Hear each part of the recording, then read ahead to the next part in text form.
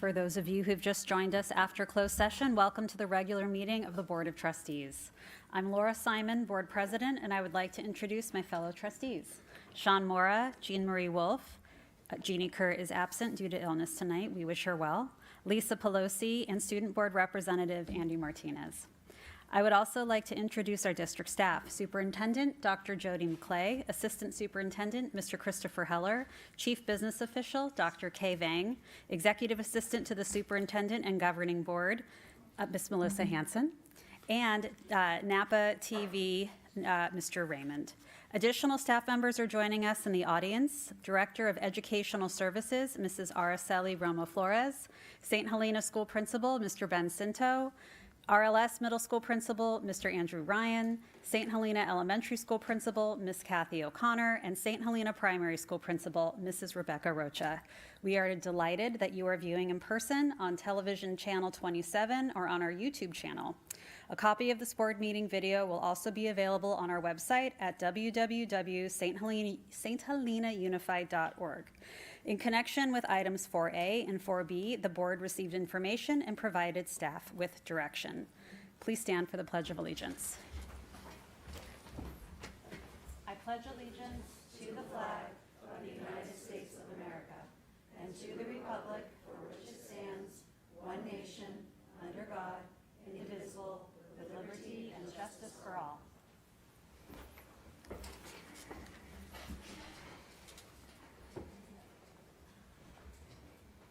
Okay, we're going to move on to 6A, public comments at the St. Helena Unified Board meeting. I would just like to say before starting your comment, you may provide your name and address. Please do not provide your name if you wish to remain anonymous or if you do not want your information included in the meeting minutes. There is a 3-minute limit on public comment.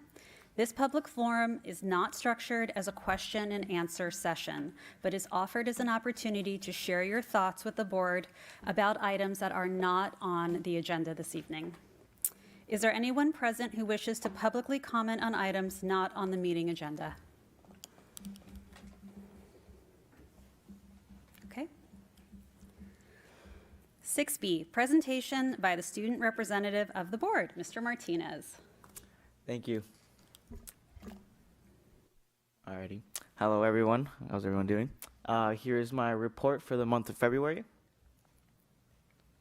So, starting out with the high school, the Wellness Center held activities in the quad, and this included scent making, where each student could make their own scents, and these scents were provided by Wellness in order to kind of make like your own scent with these oils, and it was pretty fun. I was one of them included who did this. And students were able to put oils into their cups and they can put in the spray bottles. And then these were used to make yourself calm or used to like at any times, like if you need to relax, just spray the bottle. We'll take a whiff of it. Smelled really nice, of course. And this was organized by the student wellness ambassadors that included Helena and my fellow senior classmate, Michelle Martinez. And then moving on to Student Congress. So Student Congress has been working very closely with Mr. Cinto, and I am a part of Student Congress, and as well as my peer, John Oliver. And with Student Congress, we plan to make more informational videos to address bullying harassment that has been going on at school. And it's just to inform the whole entire school, not just Student Congress, to know that this is a problem at our school, and hopefully we can, with Student Congress, we can improve this and avoid any type of harassment or bullying. And then moving on to National FFA Week, this is a week-long celebration of FFA from the start of next week from Tuesday to Friday.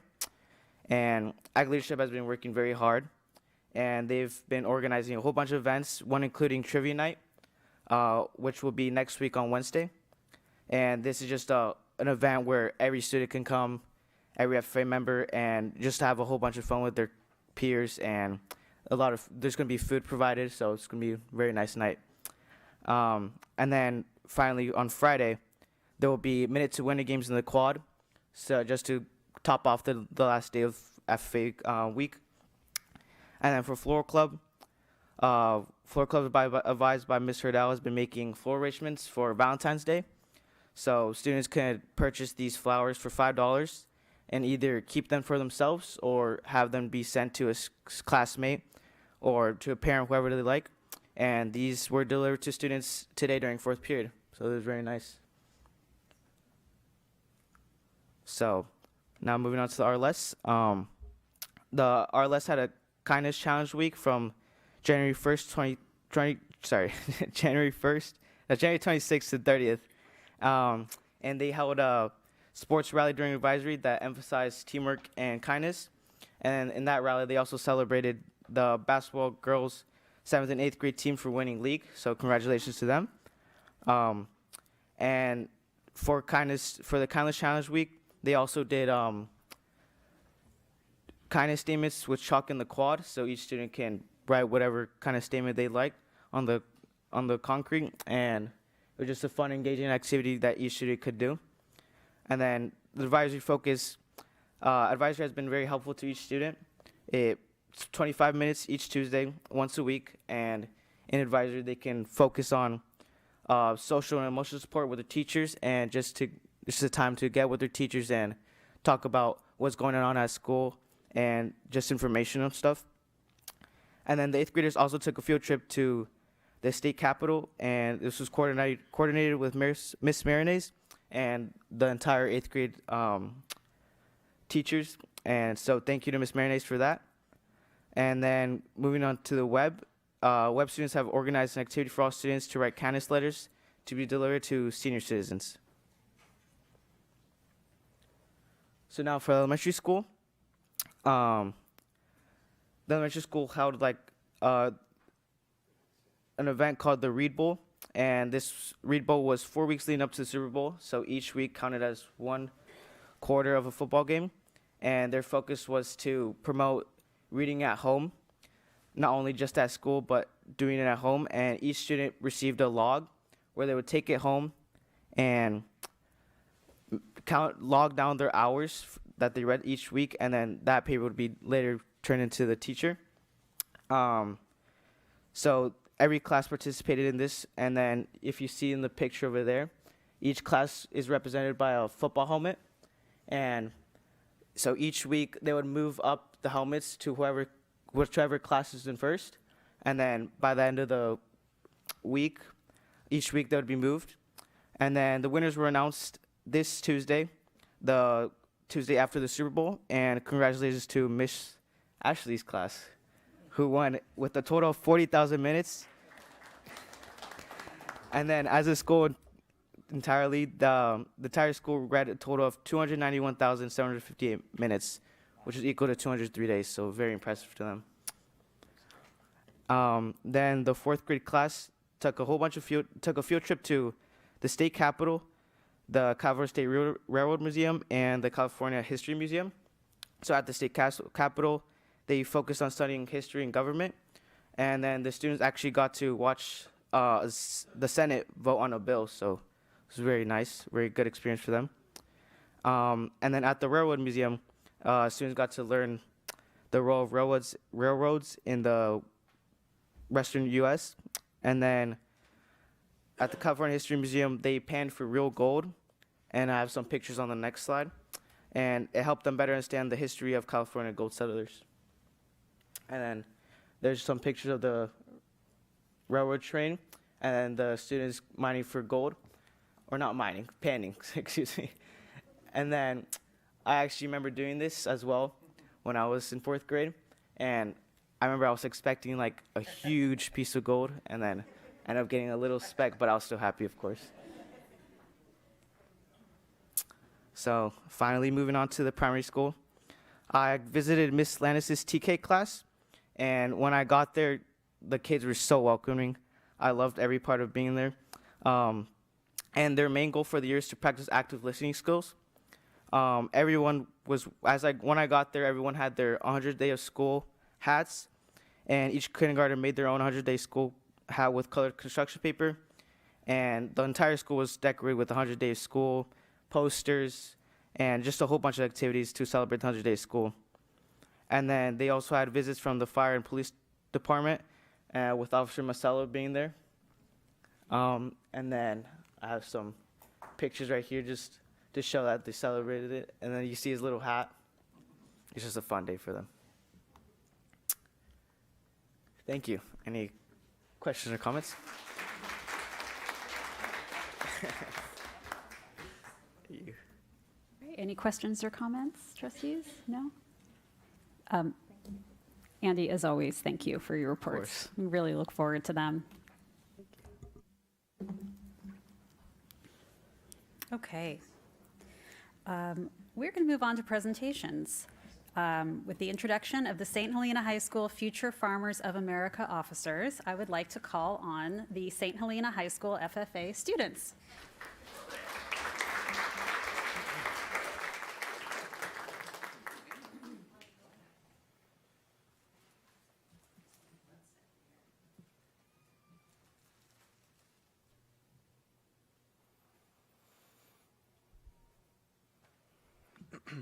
All right. Hello, my name is Andre Svenningsson. I'm a fourth-year FFA member, and I'm currently taking Ag Leadership, Advanced Interdisciplinary Science, and Landscape Design. On behalf of the FFA and Agriculture Department, I would like to extend our gratitude for having us here this evening to share about our program and what our students are up to. The Ag Department and FFA chapter was recharted and started under the direction of Mr. Mendez in 2000. We are excited to be celebrating our 26th year with over half the student population enrolled in FFA. On the side of you can see our demographics. It mirrors the demographics of our school. We are proud to share that we have an 87% freshman retention rate and pride ourselves in providing coursework, events, and opportunities for all students.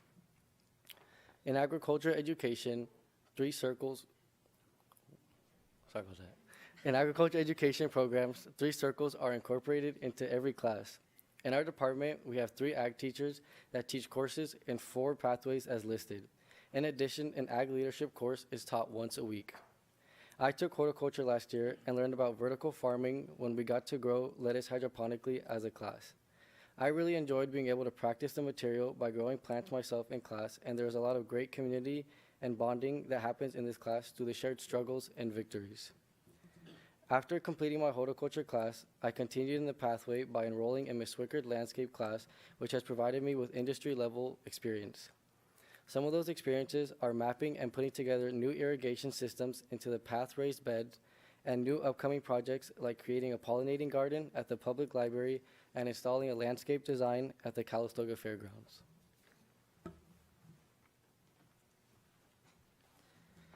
Hello, my name is Ray Robledo. I am a senior enrolled in Ag Leadership and Advanced Interdisciplinary Science. Aside from the classroom circle, the FFA is another focus of a successful agriculture education program. At the national level, FFA is the largest youth-run leadership organization with over 1 million members. FFA works to equip their members with the skills to have an influence by focusing on premier leadership, personal growth, and career success. 100% of our students are FFA members, and we look forward to celebrating National FFA Week with activities to celebrate with over 1 million members nationwide. One way that FFA gives the students the opportunity to pursue growth is through a series of leadership conferences and competitions. I have had the privilege of participating in the opening and closing ceremonies competition, which had allowed me to meet new people, grow my public speaking skills, and learn about other chapters in our region. In addition, other students have pursued other public speaking opportunities such as job interview, impromptu, and creed. With Journey Pennerman placing first in our section for job interview, we are excited to see her represent us on the region level in March.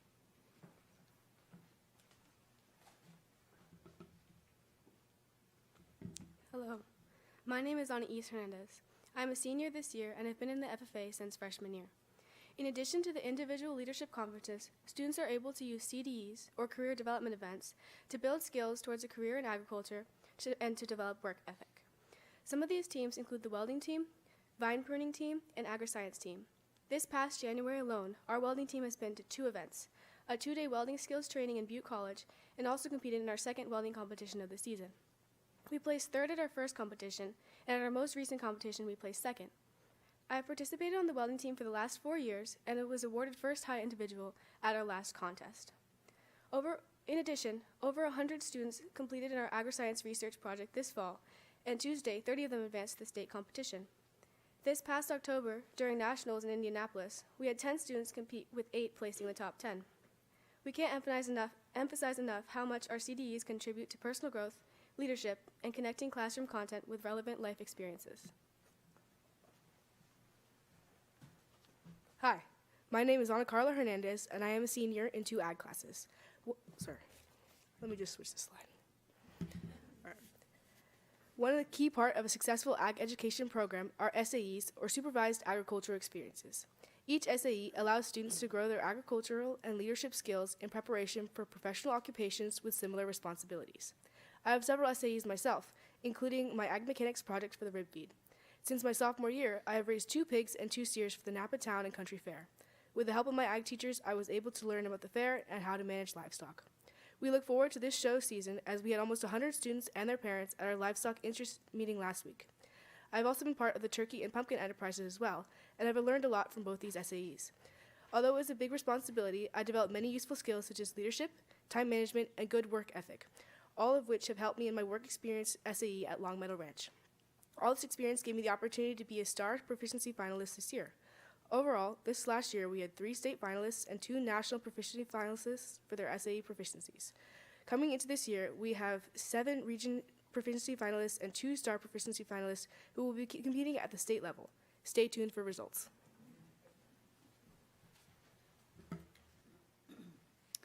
Good evening, my name is Jacob Zuniga and I'm serving as the chapter FFA treasurer. FFA, being a CTSO, operates out of our program of activities and is broken up into 3 categories. The first category, as you can see on the slide, is student development, and it focuses on growing individual skills, challenging members, and rewarding them for their hard work. I personally am working to complete the ornamental horticulture pathway and earn a cord at graduation. I also conduct and write agri-science research projects through the Agri-Science Research Project program, and my project this year placed 6th in the nation. Another focus of student development is to set up our members for success in their future endeavors. Many past St. Helena FFA members have made their mark on schools such as Harvard, Cal Poly, UC Davis, Chico State, and many more. I personally am applying to UC Davis to obtain a bachelor's degree in sustainable agriculture and food systems, and I'll see if I go there. For those who choose other careers, they have found success in trade schools such as UTI and WyoTech, just to name a few. Still more of our students have graduated high school and gone on straight into the workforce and industry, often utilizing FFA learned skills or connections to obtain career success.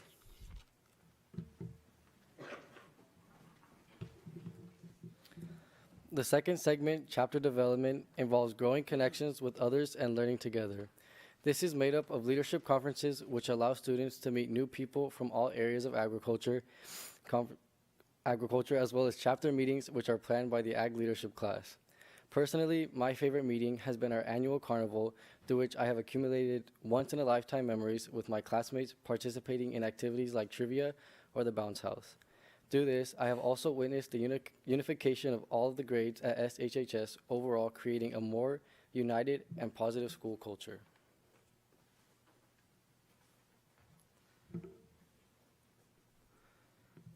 In addition to growing successful students, the St. Helena Agriculture Department has been recognized for the hard work and dedication, from advisors to student success. The diligence of our agriculture teachers over the years has both gained attention and inspired the next generation. With the hard work of many students and teachers over the years, our small school chapter has grown to embody the pursuit of excellence that FFA is built upon.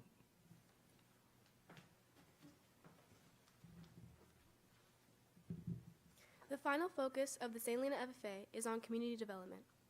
This is most often shown through community service, where our chapter works to help organizations around the valley.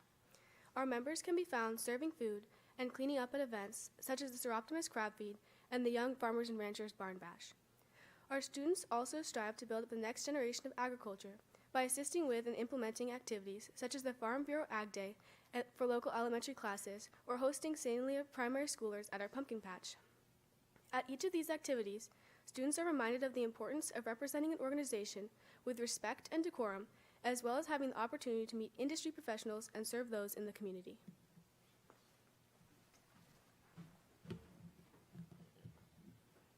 To conclude, we appreciate your time and thank you for considering us. If you would like to show your support for FFA or are interested in our upcoming events, our annual Rib Feed and Ag Mechanics auction will be taking place on April 1st, and we will be recognizing students at the Spring Award Banquet on May 20th for their hard work and growth throughout the year. Additionally, St. Helena students will be showing and selling livestock at the Napa Town and Country Fair from August 6th through the 9th. Thank you again and have a good evening.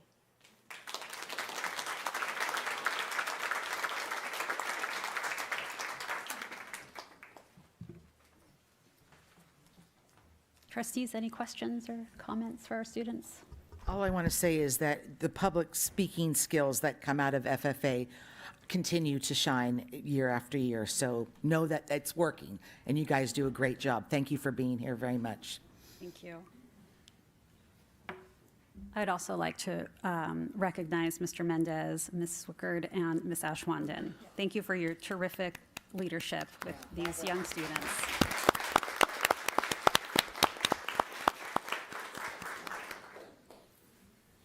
Okay, we're going to move on to 7B, recognition of the St. Helena Unified District Classified School Employees of the Year 2026.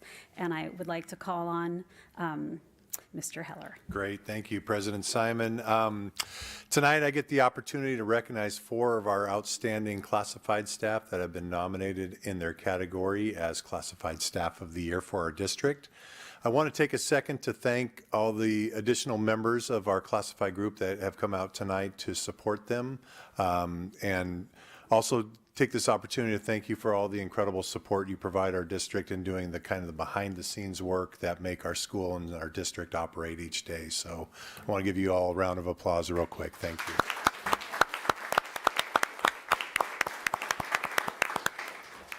So for each of our winners, I'd like to introduce them and have them come stand at the podium, as awkward as it might be. And when I finish reading some of the things that have been written about you, if you want to take an opportunity to recognize friends or family or colleagues that are here tonight, please do so. And then come around and shake everybody's hand, and we have a little gift for you. And if you would wait here, we want to also take the opportunity to have you take a picture with the trustees at the end. So. All right, everybody understand the directions fast? Okay, here we go. Our first nominee winner is Rosie Alvizar Gutierrez.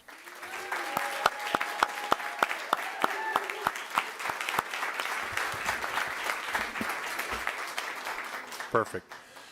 Rosie works at the primary school, and Principal Rocha nominated her, so I'll read some of the comments that she included in her packet. Rosie is a shy and quiet person, but don't let that fool you into thinking she can't get things done. She plays a vital role at our school as she's one of the first people students and parents come into contact with each day. Rosie is extremely patient with our students, and her work is constantly interrupted as students are sent to the office feeling ill, perhaps after an accident or injury, or needing a quiet place to reset. Rosie is always calm, nurturing, and welcoming to them. Rosie gets along well with our staff members and is always positive towards everyone, and has a can-do worker bee attitude. Every school needs a Miss Rosie. Congratulations, Rosie. Want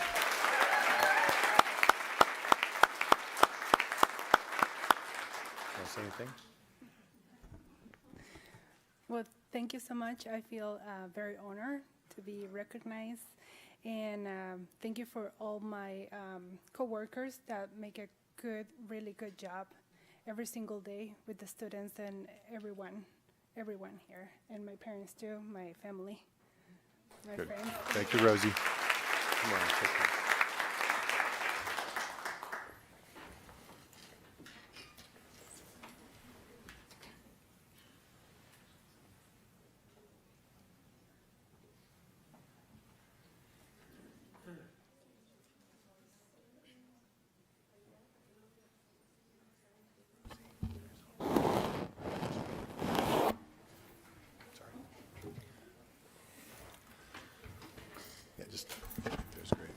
All right, our next recipient is from the high school in the category of custodial, and that will be Vanessa Avina Arroyo. Vanessa, come on down.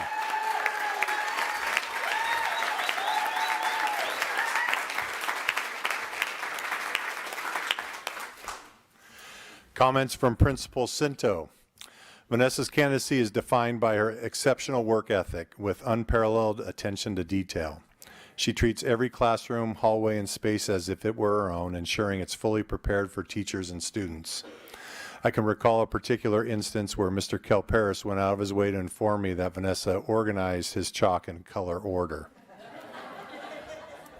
Vanessa's standard of hard work has a direct and positive impact on the daily operations and safety of our entire school community. Vanessa's not only met the expectations of her role, but has consistently exceeded them, making her a most valuable asset to the St. Helena Unified School District. Congratulations, Vanessa.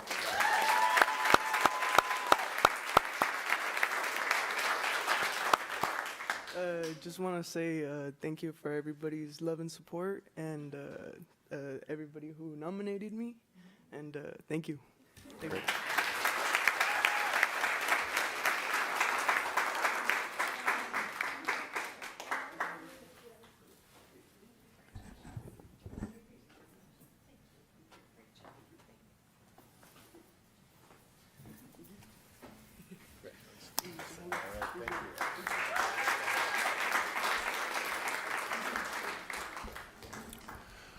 All right. From the paraprofessional category, Ana Figueroa Rios. Ana here? Yeah.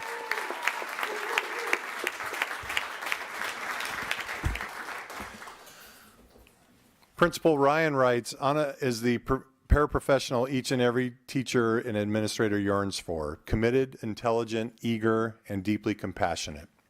In her primary role, Ana supports crucial academic support to our advancement via individual determination, AVID, and our English learner students with core academic classes. Her impact goes far beyond simple assistance. She acts as a bridge, ensuring that our most vulnerable student populations can access, understand, and succeed with grade-level content. Her integrity, dedication, and intelligence make her a standout candidate. Congratulations.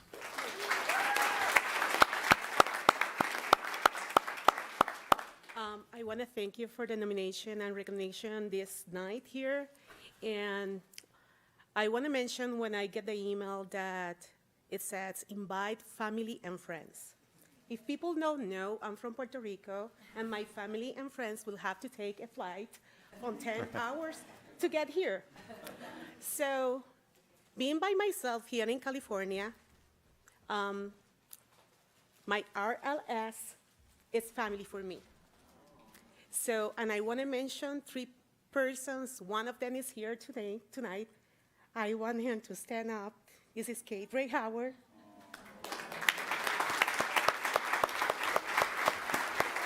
Lucema Cinto. I know, but. And the other one is Clara Ibarra from the primary. Those 3 persons are my support here. Thank you. Thank you.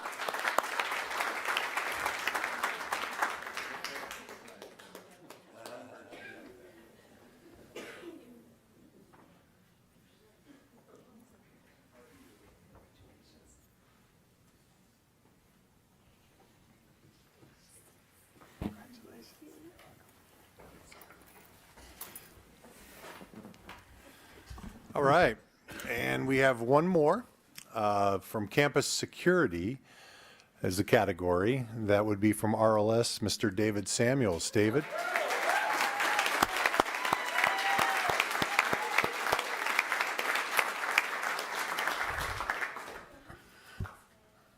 Right? All right. No, I thought you were going to start speaking, No, so I Chris, was like, I'm going to take my time. you want Chris. to I'm going to take my time. you can talk about yourself. Okay, no, I'll do it. I'll let you do that, Chris. David's unique background as a former basketball player is something he leverages daily, not just as a fun fact, but as a foundational teaching tool. He operates with the instincts of a phenomenal teammate, athlete, and competitor, channeling those lessons into his work with our youth. He's become a trusted liaison between the school and our families.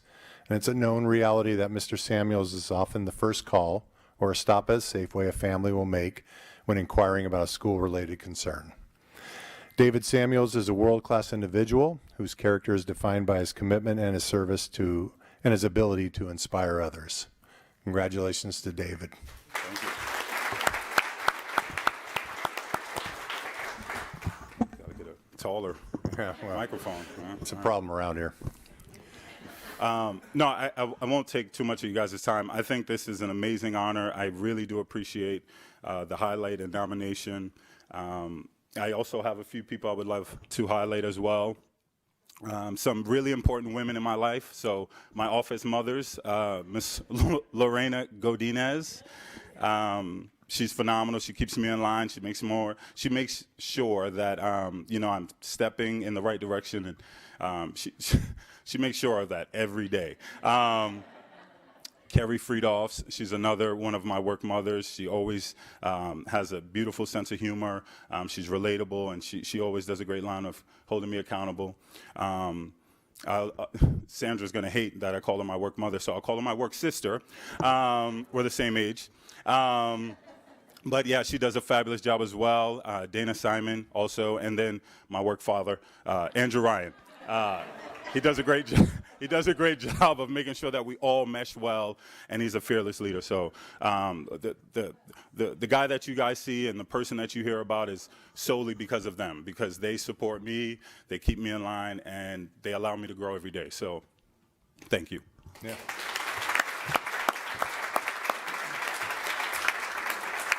Camera.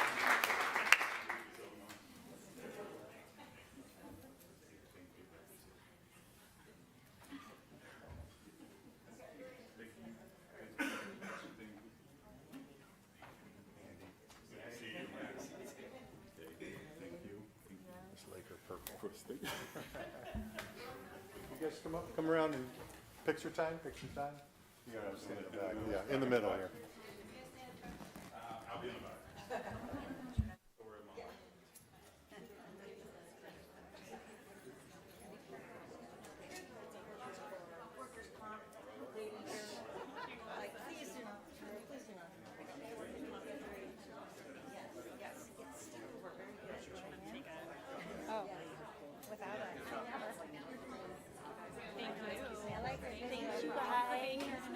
Thank you. Thank you.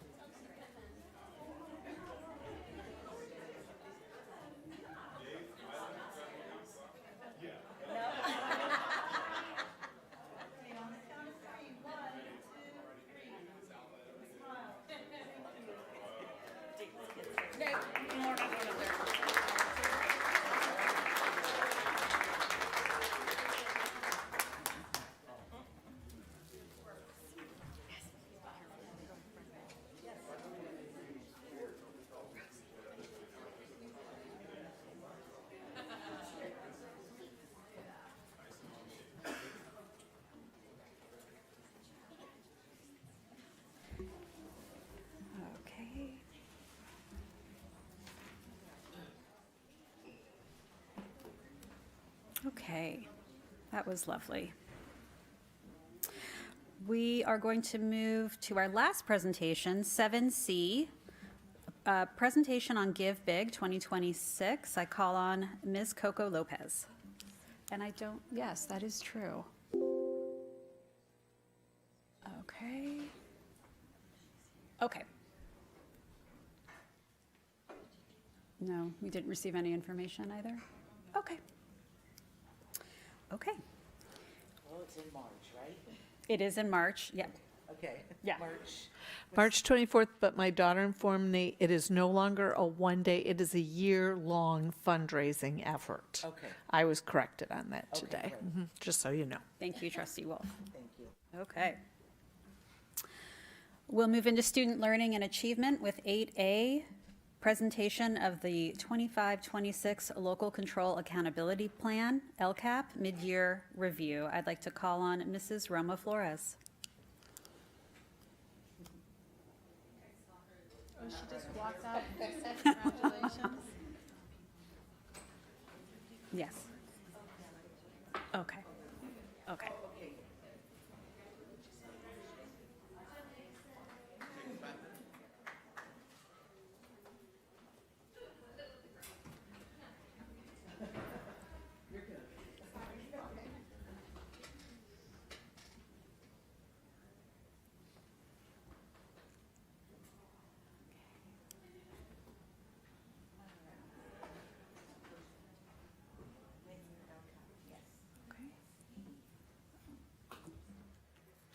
Hi, good evening. Oh, I don't.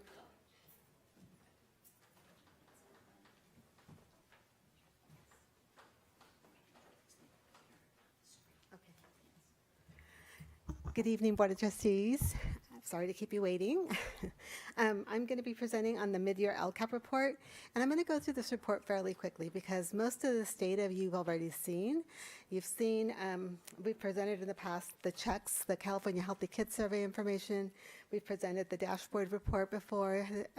We've also reported on the CAST results. So you've seen all of this with the exception of the STAR results. And you're going to have a presentation on that that's a little bit more in depth this evening. So I'm going to go through this LCAP mid-year report pretty quickly, but feel free to stop me if you have any questions. So we are, as you know, required to present the mid-year LCAP report to the board on or before February 28th. And this information is used to form our revisions for the 26-27 LCAP. So for Goal 1, increase academic growth for all students while addressing the achievement gap. These are some of the actions and service highlights that we've done this year. I'm just going to call out a few of them.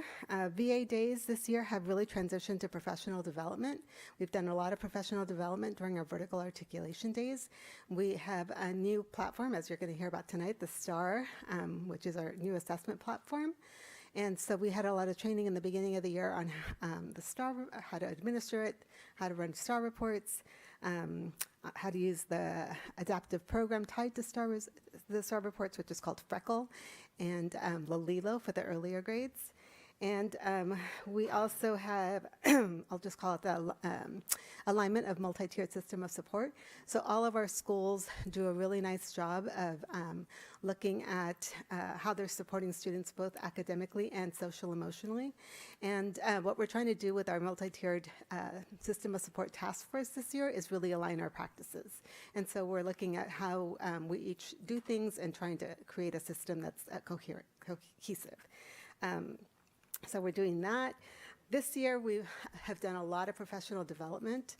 We've been focusing on the math framework. So we have transitioned after the Christmas break to using our vertical articulation days to really look at the math framework and understand the math framework as we get ready for a math adoption. And we have provided thinking maps training to a lot of our staff, which really supports critical thinking skills. We have, as I mentioned, done some RTI, response to intervention, as part of our multi-tiered system of support. We also sent a team to the RTI conference, and we've had a lot of training on the STAR assessment reports and the adaptive programs, as I mentioned. So this is, you've seen this before, so these are some of the highlight areas for our subgroups and different content areas or categories. And so these are areas where we're green, and so I want to call that out as a highlight. And also for our CAST results, CAST, our English language arts results, and our math results. So these are some of the areas. You'll see that some of them are in green, and that's because those are above either at the 5% growth or above, and that's our LCAP goal, is that we would increase by 5%. So that's why those are called out as met. But we have other areas where we've improved as well.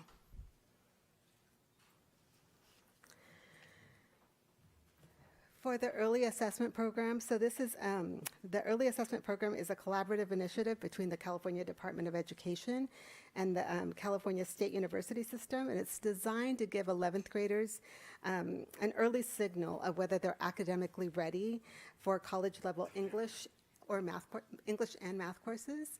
And so it's not a separate test, but it's embedded in the CASP test for juniors. And so that information serves kind of as a diagnostic assessment to give them an idea of whether they're going to need remedial classes or if they're ready for college level classes. And so I want to just call out, it's really wonderful to see we have so many of our Hispanic students and SED socioeconomically disadvantaged students that are taking advantage of these opportunities to be in these offerings, or that they're getting well prepared, I should say.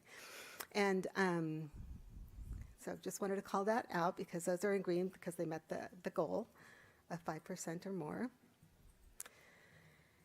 And these are our science test scores. Again, you've seen these before, and our LPAC scores, our English Learner Proficiency Assessment for California. The green are where we've already hit the mark for 5% gain.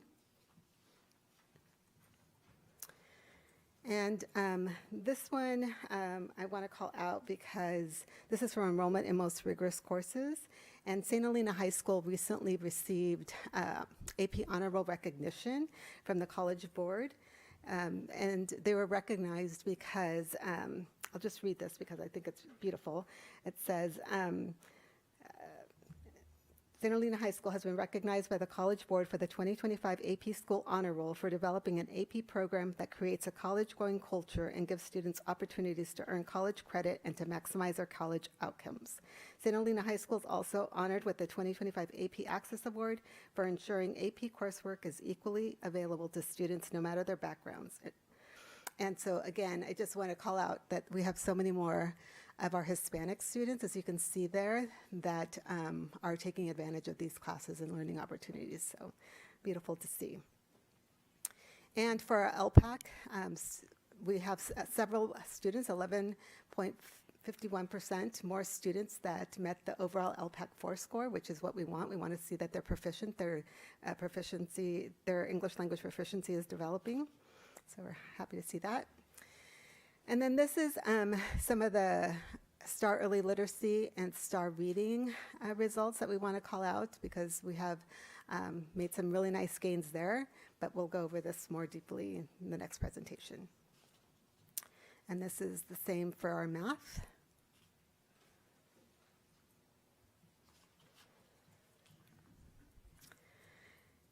And again, this is the dashboard where areas that are in red and orange that we are addressing. Long-term ELs are in the red for English language arts and math, and orange for math and college and career for those subgroups as well. So for Goal 1, these are areas to strengthen where we are really working on our prevention and intervention, looking at our language arts. Our PLC work is really looking at student data. The STAR results have really helped us to identify which students really need that support and to be able to provide that intervention and support in both language arts and math. So that definitely want to call that out because it's been nice to be able to identify them by name and by skill level where they're struggling. And then for Goal 2, maintain a welcoming and nurturing district environment. Again, you have seen this before, just calling out all of our actions and services that we have engaged in to address Goal 2. Here are some data points. This is from, again, you've seen this before. This is from our California Healthy Kids Survey.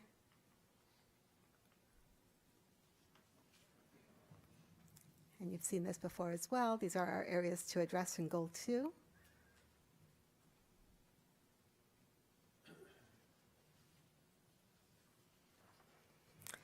Areas to strengthen are, as I mentioned, we're working on our multi-tiered system of support to develop a cohesive system for identifying our students and providing some systematic supports to them. And another area that we want to work on is just meaningful participation, just wanting to see how students could feel.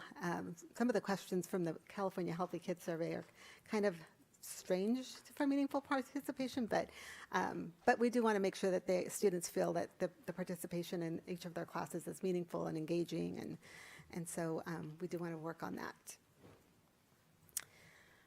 Goal 3, increase educational partner engagement. So these are some of the actions and services, and again, some data points.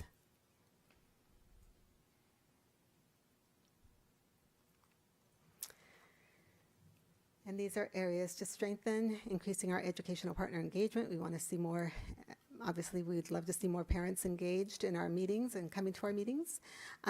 Provide more training opportunities on how to use Parent Square for all families. That has improved, but we'd like to see more parents accessing Parent Square. Creating online resources, recordings of all parent workshops and trainings, and to have a better understanding of our resources available to students and families. And then what's happening now, so we are in the process of doing data analysis for the LCAP goals. We are planning a community forum, and going to solicit even more feedback. That's, I believe, in March, so you'll be getting an invitation to that. And so we're just really gathering data right now and analyzing our student results and collecting questions and wonderings and observations. So we're going to continue to do what we continue to do. What we are passionate about is supporting students academically, supporting students' social and emotional learning. We're going to review and act on our academic progress, on our California Healthy Kids Survey results, and our LCAP feedback. So we just did the annual LCAP review, so this is the mid-year LCAP review. We're going to create a draft after our forum, and then we'll present the draft to you in June. Any questions? Any questions, trustees? Comments? I have one. Oh, I'm sorry. Hold I was on gonna one say, second. yeah. I'm so sorry. Okay. Is there anyone present who wishes to publicly comment on this agenda item?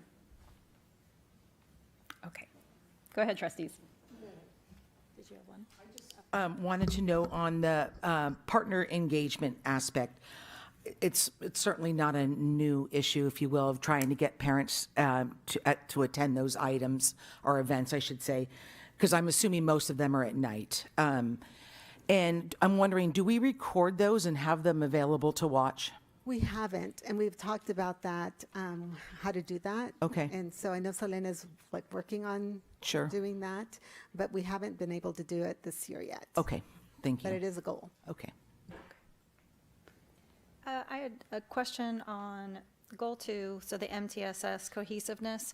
I believe one of the 4 principals on their board report said that it was the primary, elementary, and RLS. Is that the 3 that you're starting with now for alignment? Or am I- Actually, it's all 4 sites So it's that all are 4? on the task force, yes. And then the goal would be to use the same tool. I think it's Excel, but Well, for yeah, now. so we're looking at what are commonalities, what are best practices. For example, at our maybe it's our second meeting, we had all of the staff, all of the schools present how they identify students that need intervention, how they capture them, how they document what they receive, what they're going to have, and the primary school had a really nice tool, and everyone else really liked it and said, we're going to use that. And so we're just trying to see, like, what are we using? What's something that we can all practice and use so that we can, have uniformity across the district. perfect. Thank you. I had one more question. Now, Power School? No, sorry. Parent Square. Oh, the Parent Square. Parent Square. Uh-huh. It's like I just got a text from it. Actually, I'd be curious to see what it is that you think parents are and aren't using. And because I use it, but I wonder if you are anticipating parents to use it in a certain way and they're not, mainly because I just look at texts and I don't log into the app. So I'm just curious if that's Yeah. maybe something about expectations versus how parents are receiving the information, and they really are receiving what they need. Yeah. So. I think it's, some parents are claiming they're receiving way too much information, right? But we have some parents that have not accessed it at all. So they, some of them don't have it downloaded on their phone. Some of them don't have it, we don't have an email address for them. So we're trying just to make sure that it's uniform across the district, that everyone's getting the information. Whether they choose to engage with it, that's different, but we want to make sure they have access to it at least. To receive the information. Yes. Yes, perfect, thank you. Any other questions? No? Okay. Okay, thank you, Mrs. Romo Flores. Appreciate it. 8B, consideration of approval for the revised 2025-26 district safety plans. Mr. Heller. Yeah, the comprehensive school safety plans consolidate school safety procedures and policies for each school. These plans are available for the public for review, other than the omission of tactical information which school and district administrators have access to view. So we would ask that you would consider approving these plans tonight as presented. Okay.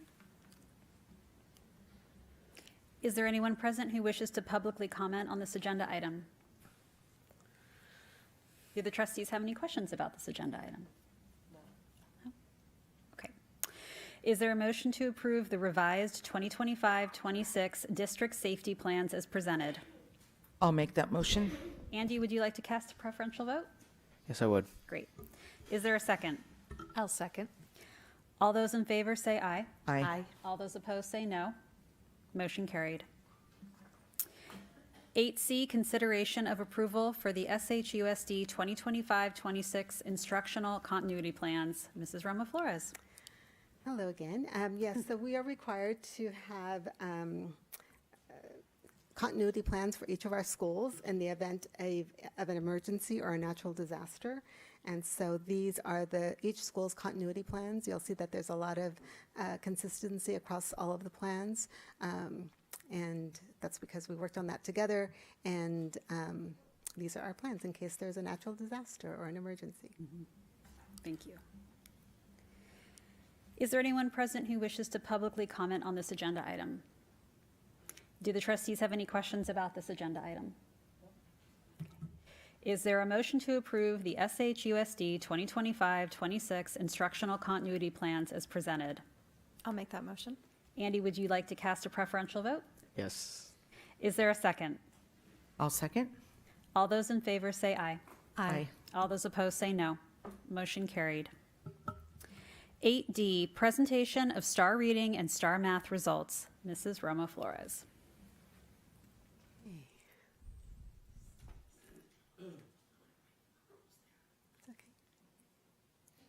Thank you.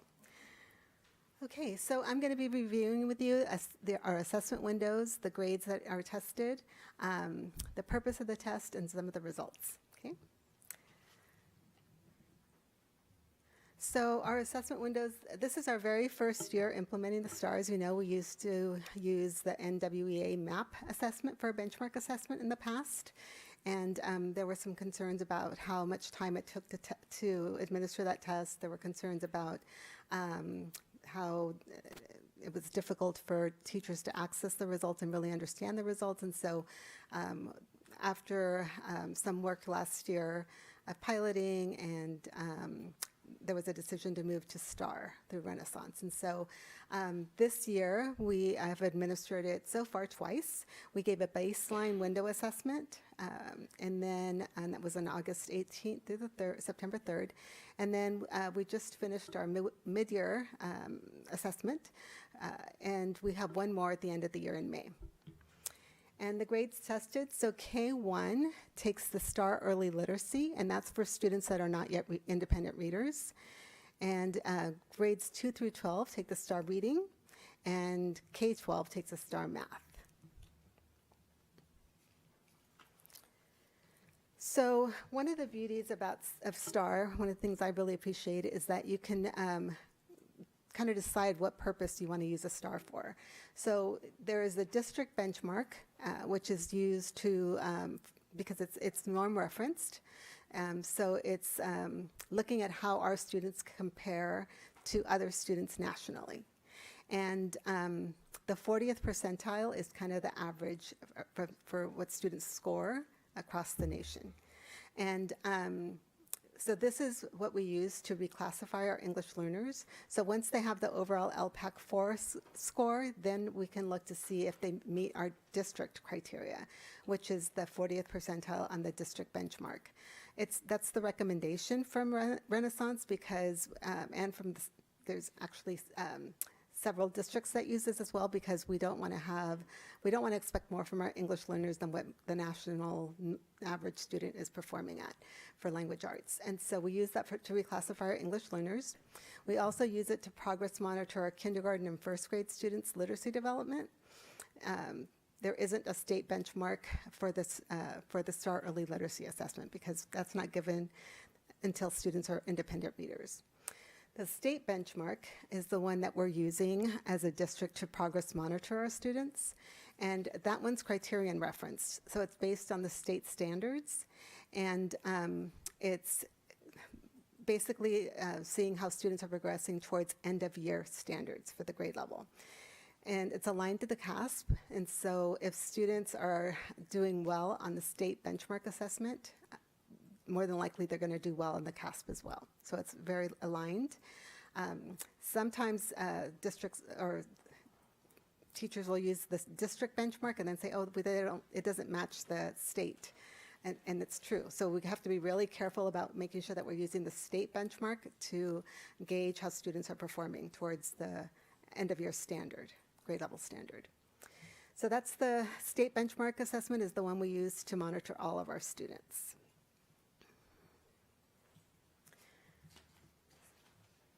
So the STAR Early Literacy and STAR Reading for reclassification. So as mentioned, at or above benchmark, the 40th percentile or above is what we're looking for there. If they're in the 25th to 39th percentile, then they're on watch and should be receiving intervention if they're in the 10th to the 24th percentile, and urgent intervention if they're below the 10th percentile. So that's on the STAR Early Literacy and the STAR Reading for reclassification. The STAR Reading and Math is a state benchmark. This is what we're looking for. We want students to either meet the expectation or exceed the expectation, of course. And so level 4, you can see that the percentile is different. It's a higher percentile to get to that level 4, higher percentile to be at meeting expectations. It's 40 or above. And approaching expectations, and of course we want to make sure that we are identifying which students are at level 1 to give them the urgent intervention. But I just wanted to call out the bottom. So there are different gradings. So for the early STAR literacy and STAR reading with the district benchmark, it's a at or above benchmark, on watch, intervention, or urgent intervention.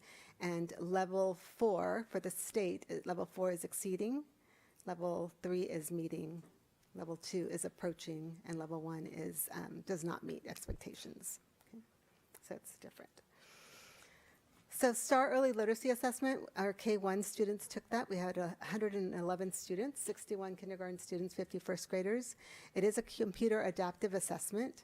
It's designed for emerging readers. It's a mix of audio and visual cues, measures foundational skills, measures early numeracy skills, and it takes about 15 to 20 minutes. There's 27 questions. So here are the results from the baseline to the mid-year.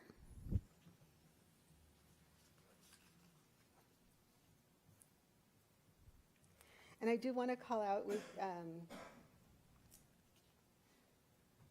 oh, wait, not this one, sorry. No, not calling anything out here.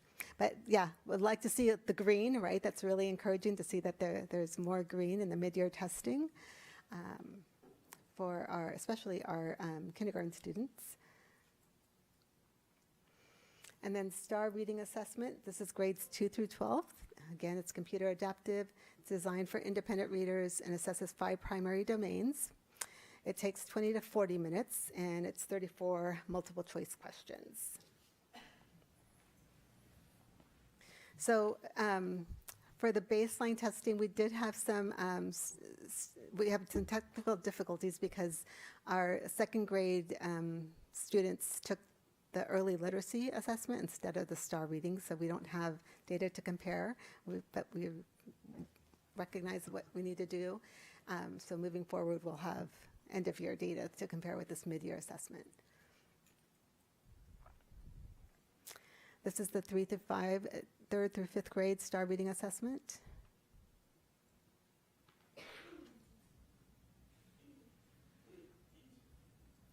Six through 8 STAR reading assessment. And I know you've had a chance to look at this, so I'm just going to go through this quickly. And 9 through 10th STAR reading assessment.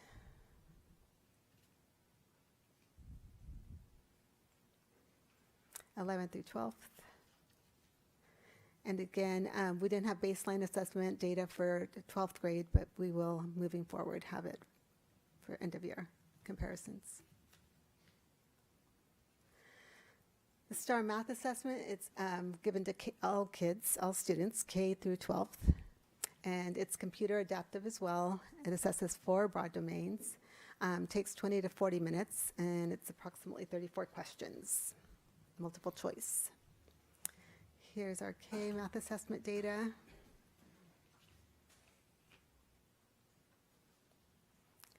First through second. 3rd through 5th, 6 to 8, 9, 10, and same thing for 11th to 12th. Our 12th graders will have math assessment information at the end of the year. Any questions?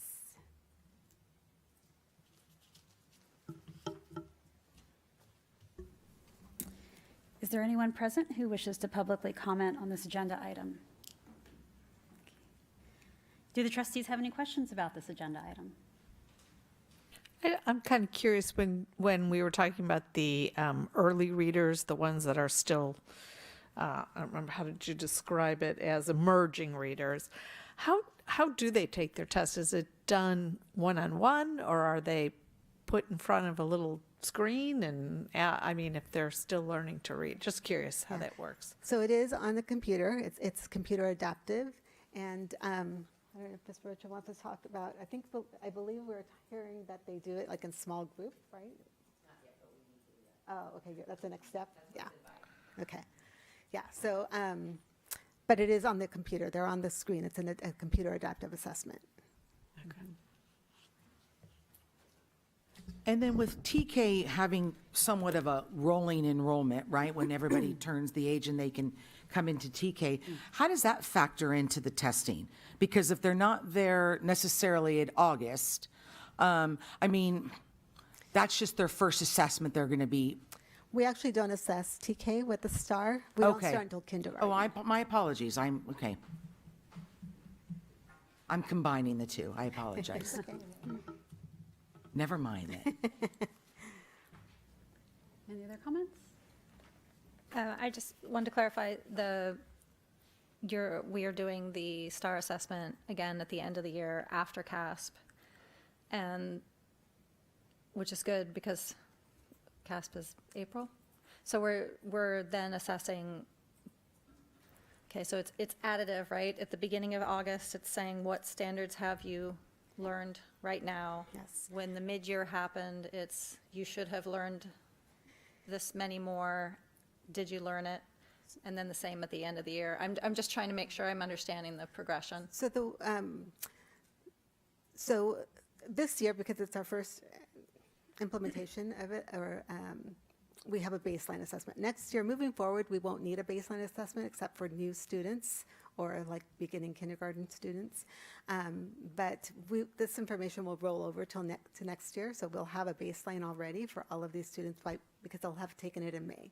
So the May assessment will become their baseline. So I wanted to make that clear that there won't be baseline assessments in the future unless they're new students. Okay. Because we'll use the May results for baseline next year.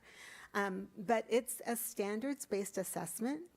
And so, and because it's adaptive, if students do well on it, they will progress through it. If they're struggling, it'll keep them there until they can show that they're ready to progress, because it's towards its end of year standard assessment. So as they show that they can do it, it gets progressively more challenging. So it continues to challenge them. And in fact, Mrs. Rocha and some of her first graders, because they're already reading, they took the STAR reading assessment versus the early STAR literacy because they were reading and could do it. Okay. And so it's based on what students can do. And it does, so if you've already checked on a particular item, it's not going to retest you, it's progressing. It's progressing. And then, so when you're comparing, let's just say, baseline to the December or January, if the scores were the same, is that progress because they did learn new standard? Or is it that they didn't learn a new standard? I'm trying to understand the differential there when I see no growth by 1%. Is it actually growth because they did test a new standard? Do you understand? Am I framing it wrong? It depends. Yeah, it depends on how the students are performing. They'll give them the next standard. But if they're struggling, it won't move them on. I confirmed that because I know there was a question about that, and I was like, my thought was that it progressed, but I just double checked myself, and it's based on the California standard at the end of the year, and so if they're not progressing, it's because they still haven't progressed along that continuum of that standard. I'll Does that make sense? probably have more questions next year to understand what, but thank you. Any other questions? Well, I just was curious, in the first rollout, were there any major obstacles or challenges that the staff found in implementing this? That's a great question. So I know that there were some challenges in that some students were not rostered. We had to get them rostered.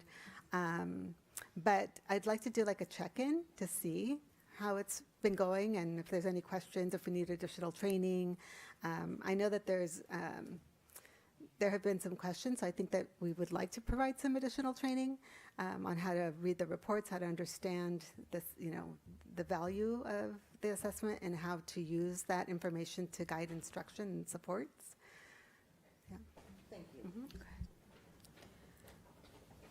I definitely want to give grace to staff with a new assessment. The first year is always what I consider a dress rehearsal for staff and students, so I'm very aware of that. I just wrote down some notes that I'd like to share.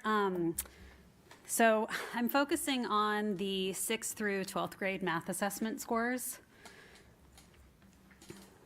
And I know we've had conversation in the past about our concerns with math scores, and we've discussed the intervention supports.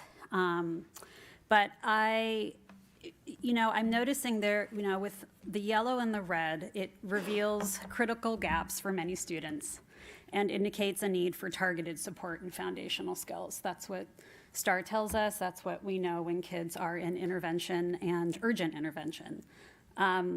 STAR actually recommends that students in the yellow and red categories are often placed in intervention.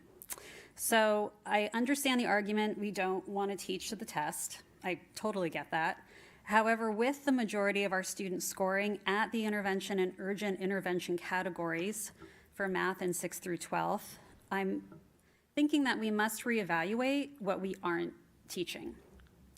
The state tells us, again, math standards define the knowledge, concept, and skills students should acquire at each grade level to ensure achievement. So my two questions for the district are we teaching the majority of the grade level math standards each year? So I would love to learn more about that. And also, how can the principals and our math interventionists support teachers to ensure the majority of the grade level math standards are being taught? I'm just really trying to solve, or really not me trying to solve, but me just trying to understand why we're seeing so much red and yellow, and it makes me go back to, are we teaching all the standards? And I would just like to learn more about that. Okay.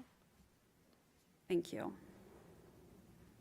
So Mrs. Romo Flores and I discussed that a little bit this morning. Do you want to just touch upon it? We'll give you kind of the cliff note. That would be wonderful. Yeah, so we've been really focusing on the math framework to make sure that we understand the math framework, right? Because it's some really big shifts. And so we have spent a lot of time with, well, we're spending a lot of time, VA days now after, since December have been focusing on the math framework. Okay. So we really want to make sure that all of our teachers understand it. It is new. And so that I think is going to be critical in our instruction. And we're also, we're receiving coaching, and we're also looking at won't impact so much the 9th through 12th, but K-6, we're looking at, as you know, adopting new curriculum that is aligned to the math framework. Great. So that we really believe that that's going to make some instructional shifts as well. Okay. Right now, teachers are working really hard because we don't have curriculum that's aligned to the framework. And so they're putting in a lot of effort, a lot of their, having to recreate because what we currently have doesn't meet the bill. And so we really think that that's going to be a shift for us. Next year, we're excited about that, the possibility of adopting the curriculum and just getting a deeper understanding of the math framework and those big shifts. So we're optimistic. Do you recall when our last math adoption was? What was the cycle for that? Oh my gosh, it's so overdue. It's been over 6 years? Oh yeah, yes, Okay. yeah. K-8's been K-8, yes. about over a decade. The adoption will be K-8, yes. The But new framework, materials would be. yeah. Okay. That's great information. Thank you. Okay. Any other questions, trustees? I was just going to say that what stood out also is I don't remember if it was last meeting or the meeting before where we saw a grade distribution for math. I think it was maybe at the high school, but it didn't match the amount of red and yellow seeing. So there's a disparity, and knowing that there's all these different points to measure is useful, and it's first time, but that was scary. Like, whoa. Yeah. So it was useful in my head to have our grade distribution, but so I liked your question about the math standards that we're teaching. It's just that I hadn't thought about it that way, so thank you for bringing that up. Well, I'm glad we will be aligned soon. Thank you. Okay, thank you, Mrs. Romo Flores. I appreciate your time this evening. I think we're going to take a 5-minute comfort break, and we will be back, let's say, at 7:25. Thank you.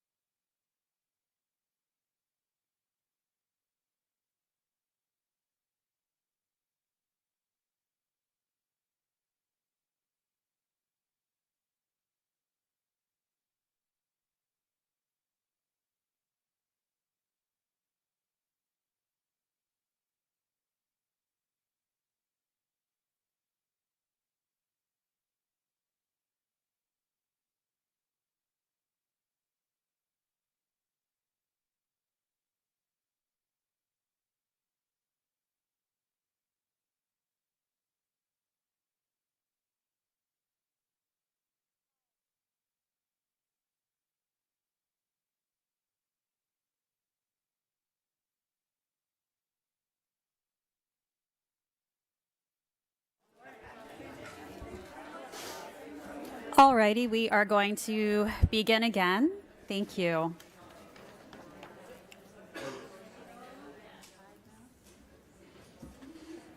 Okay, we're going to move on to communications. We'll begin with 9A, Superintendent's Report.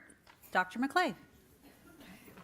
All right, thank you. I will be brief this evening because we do have a full agenda. I wanted to highlight 3 things to celebrate this month. I could probably share all night long the positive things that I have the benefit.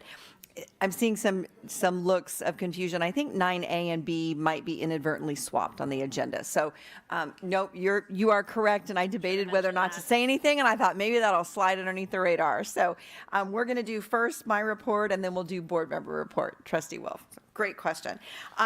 But anyway, I have the pleasure of seeing so many wonderful things on campuses, and you got a taste of it tonight with the FAA students. And every single one of those things that they referenced are just amazing events that require so much hard work and dedication and facilitation, mentoring, guidance, support from the staff. So first off was on the agenda tonight, the recognition of the Classified Employees of the Year. And I just want to reiterate what Mr. Heller said about how proud we are of these employees. While they are each being honored this year as individuals, they represent an exceptional group of individuals that support our students every day, from bringing them to and from school, serving lunch, supervising on the playground, working in classrooms, and so much more. We really are blessed to have such phenomenal people dedicated to our students. We're now very excited to support their candidacy as they move forward into the county as well as the state competitions per se. Second, I wanted to publicly recognize our K-8 teachers and administrators who are serving on the Math Adoption Committee. Mrs. Romo Flores touched upon this in her last presentation. I had the privilege of spending the day with them last week, I believe, as they engaged in presentations by state-approved curriculum vendors in an effort to determine which programs we would be piloting in the very near future. And I've participated in a lot of curriculum presentations over the many years, and it's always tough because these publishers send in their very best salespeople.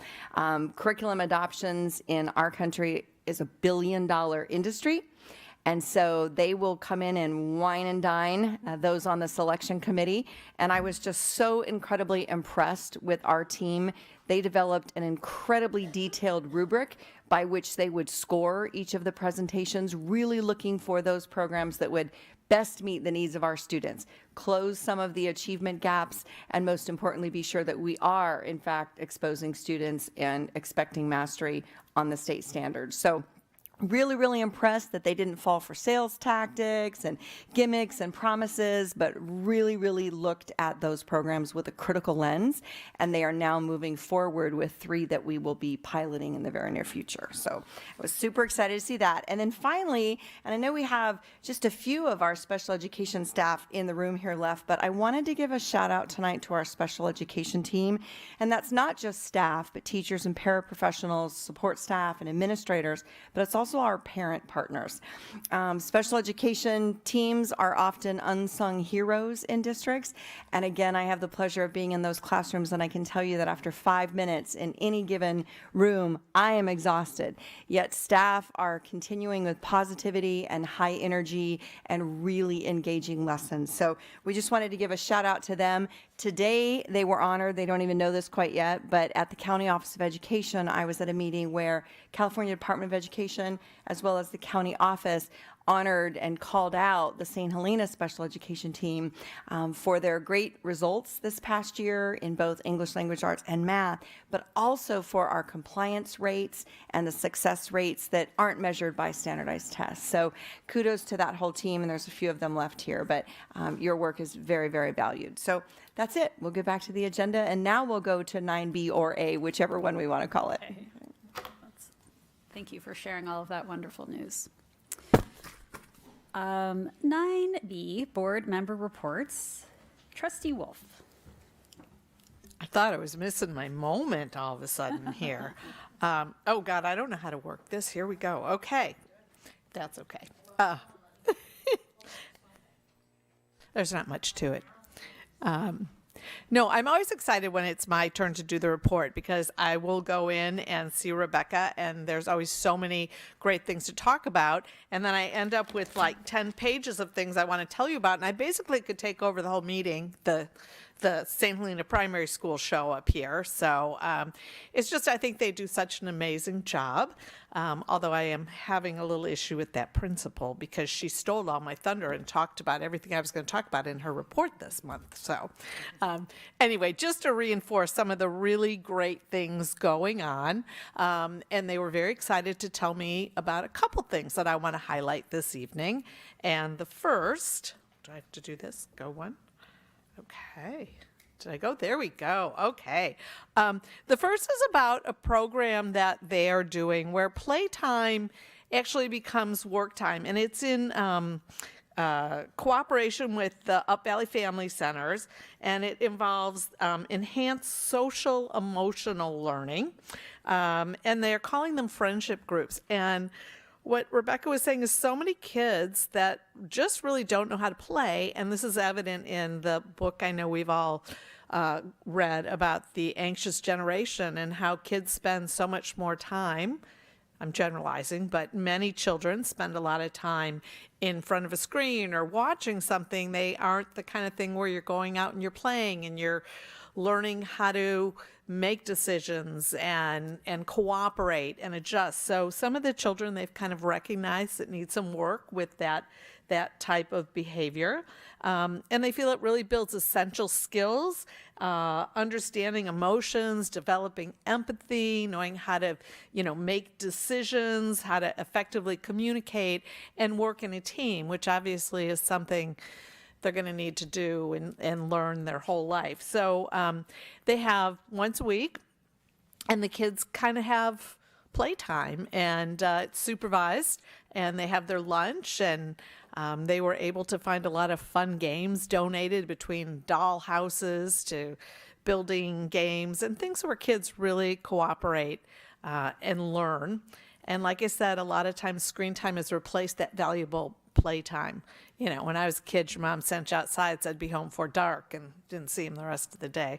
We're a little different nowadays. But nonetheless, it's a really great program to let children learn to play and create their own independence and work together. So that's one really, really fun program. And the next one, since we're all talking about math tonight, I want to tell you, Rebecca told us about there's the new standards of math and the math framework. And the TOSA at the primary school, excuse me, I'm failing miserably at my job. There we go. Their math TOSA has created what she calls a book club, and that's with Caitlin Levine, where they're actually sitting down reading the book, The New Standards of Math, and kind of discussing the different chapters and what can we learn from this? How did you see this? How did, what happened to you? And the teachers have been really excited to be a part of it. They're taking their lunch period to kind of share, create ideas, and sit down and kind of bounce things around. One of the things I thought that was really interesting, and like I said, I have pages and pages of things I could tell you about, is the new framework. The idea is to kind of develop a way of teaching math that integrates from TK all the way up to high school, that kids are learning and getting those important steps. And as we've just talked a lot about math and learning how, best to teach children. And I think what kind of stood out to me is how important it is that every child has a little bit of a different learning pattern. Rebecca wrote, she put down 18 plus 18. She goes, how would you add that? I said, well, I take the 8 and the 8, that's a 6, 1 and 1, I carry my 1, I get 36. She said, but there's other ways to do it. There's some people who look at that and say, oh, 18 and 18. Okay, that's like 20 plus 20, but take away the 2 because it's not quite 20, and take away the 4, and they have 36. And it just, I think the idea that we look at students individually and we are at that early learning level, figure out what's going to benefit them and what is going to create future success as they go through schools and they don't get lost in the system, and just really keeping an eye on how things progress and what's going to be the successful way for each student to learn. So that was really interesting. I won't read you all my millions of highlighted notes and things, but it's really fascinating. There's a lot of information on the new math framework and what it's going to do and how it's going to help teaching in creating a good way of learning math and moving us all up in the math world. So again, thank you, the primary school. They are so warm and welcoming. They're so nice to me when I'm over there asking them questions. And I think they just do, as I said in my last slide, I think they do an amazing job of building this super solid foundation. And it's only going to benefit our schools because, boy, you get those kids up by the time they're in high school and they're just all going to be rock stars because it just starts down at primary. And the patience and the joy those teachers have at that school. It's a great school. Amazing. I'm very proud to be their representative. So thank you, primary school. And if you just want some joy in your life, just go on that campus for a few minutes and you'll understand. So thank you. Thank you. Oh, did I have another slide? I don't think I did. No. Oh, I didn't go to that one. It was on, oh, there it is. Okay, there was my little fancy slide. So that's it. Okay, don't let me touch the Thank you controls so much, anymore. Trustee Okay, Wolf. Okay, 9C, Chief Business Officials Budget Update. And I call on Dr. Vang. All right, thank you, President Simon. I have 4 items to update the board tonight. Last month, I was able to join the staff at their staff meeting, and I was able to share the district's financial outlook with each of the sites. A copy of the presentation has been uploaded to the agenda, so you have access to the entire presentation that was shared with staff. Additionally, last week, I also shared the same presentation with the Business Operations Committee, just to keep us all on the same page. The second thing is at last week's Business Operations Committee, I also shared we went over the 26-27 budget assumptions that I'll be using for next year's budget development. And I wanted to note 2 significant changes that I did share with the committee. The first is that the district, as you all know, will be transitioning from a district of choice school to inter-district transfer. So that's going to be an assumption that will go into next year's budget. Additionally, last month we had, was it last month or the month before that? It's all starting to get mixed together. We did have John Tudor from the Napa County Assessor's Office and Josh Schultz from Napa County Office of Ed and Kelly Busey. They did a presentation for us regarding property taxes, how that's calculated. And John Tudor strongly recommended a 0% revenue assumption moving forward, so I am going to include that in my budget moving forward. So rather than sticking with the conservative 2%, we're going to be even more conservative with the 0%. The third thing I wanted to share with the board, we've talked about district-funded field trips. We started this process last year where the district collaborated with school sites to guarantee 3 field trips per grade level for grades TK through 8.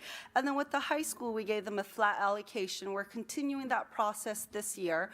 So every grade level, TK through 8, they are still maintaining their 3 district funded field trips. And then the high school is still getting a flat allocation. Additionally, there's also supplemental funding for the middle school for their AVID trips. And then the high school also has an allocation for their AVID trips, their college visits, and CTE excursions. And so I've included a chart here that shows what's been budgeted for this year, how much we've spent, what's encumbered for these trips. Additionally, for these field trips, we are utilizing charter bus services rather than our own fleet, our own buses. When available, we are using our own buses, but majority of the time, I can say that we are using either the California Wine Tours or the Royal Coach Limousine. We've been very fortunate that they've not increased our rates, and I've also included our rates here. All buses have a 4-hour minimum. And then the last thing I wanted to share with the board is I had previously shared that we are using Bell products as part of our preventive maintenance when it comes to heating and cooling units. We do have energy saving agreements with Bell products, so we get a discount because they are providing our preventive maintenance. We've not seen a rate increase since 2022. However, for this year moving forward, we are seeing an increase of $26 per hour. So our rate went from $159 an hour to $185 an hour. So that concludes my update for the board. Thank you. Thank you. Thank you, Dr. Vang. 9E, St. Helena Teachers Association, report to the board. And I would like to call on Mr. Losdorf.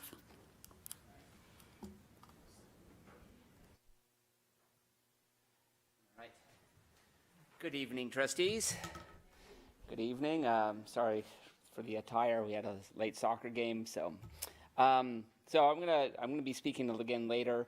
One thing I just wanted to, I heard a statement about John Tudor's prognosis, and I always feel like we should take some of that with a grain of salt because going back to since I've started 2003, his track record or the track record of those projections, they're over 22 or 23. That's the track record.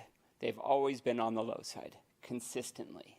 So I think that's a good thing to keep in mind. I understand being conservative, but the track record has always been lower than the actuals, even in the Great Recession when we saw a positive growth. So I thought that should be noted. But I also want to just remind the district, you know, we face a lot of challenges, and I think one of the things our members would really like is, you know, you're blessed to have or I would hope that the district would partner with the teachers and lean on the teachers because you're blessed to have teachers who are, you know, invested in the community, who are whip smart, who are long institutional memory and history and knowledge, and a whole entire staff who's committed to the well-being of our students. And I think that I really believe in the idea of a partnership between the members, the teachers, and the district to find solutions. I don't think it needs to be an antagonistic relationship that you see in other districts, and I truly believe in that. So I hope that we keep that in mind as an overarching goal. So, and I'll be speaking again later. So, all right, thank you.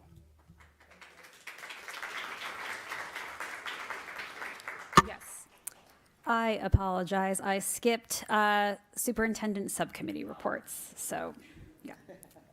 So we're going to just go back to that. We had our student experience committee on January 13th, and then we had our LCAP steering committee on January 15th, and we had our business operations committee on February 5th. So I have Trustee Mora. Would you like to share anything from the LCAP steering committee?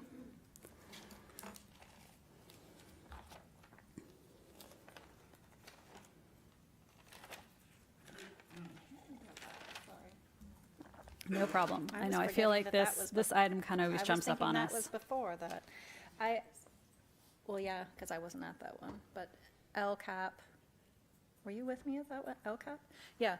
I believe we did looked at the mid-year LCAP results, a little summary of what we did this time. Is that? Oh, I didn't bring my notes for it tonight. I'm not prepared.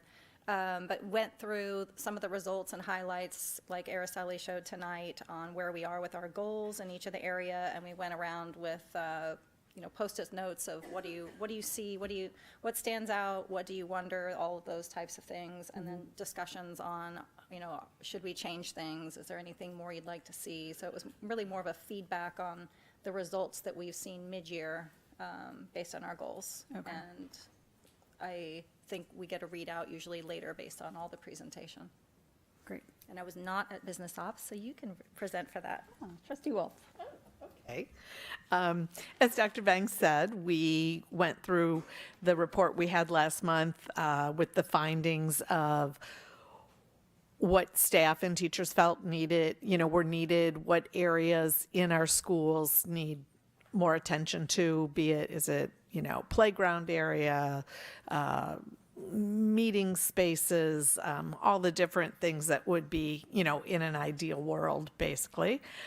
We talked about the budget quite a bit and how to, some of the different, as you just kind of told us, everything that we talked about. So learned a little bit about that and some of the changes, how changing from district of choice to the inner district will move that up, change it a little bit, but we still think it's a really positive move for us as a district.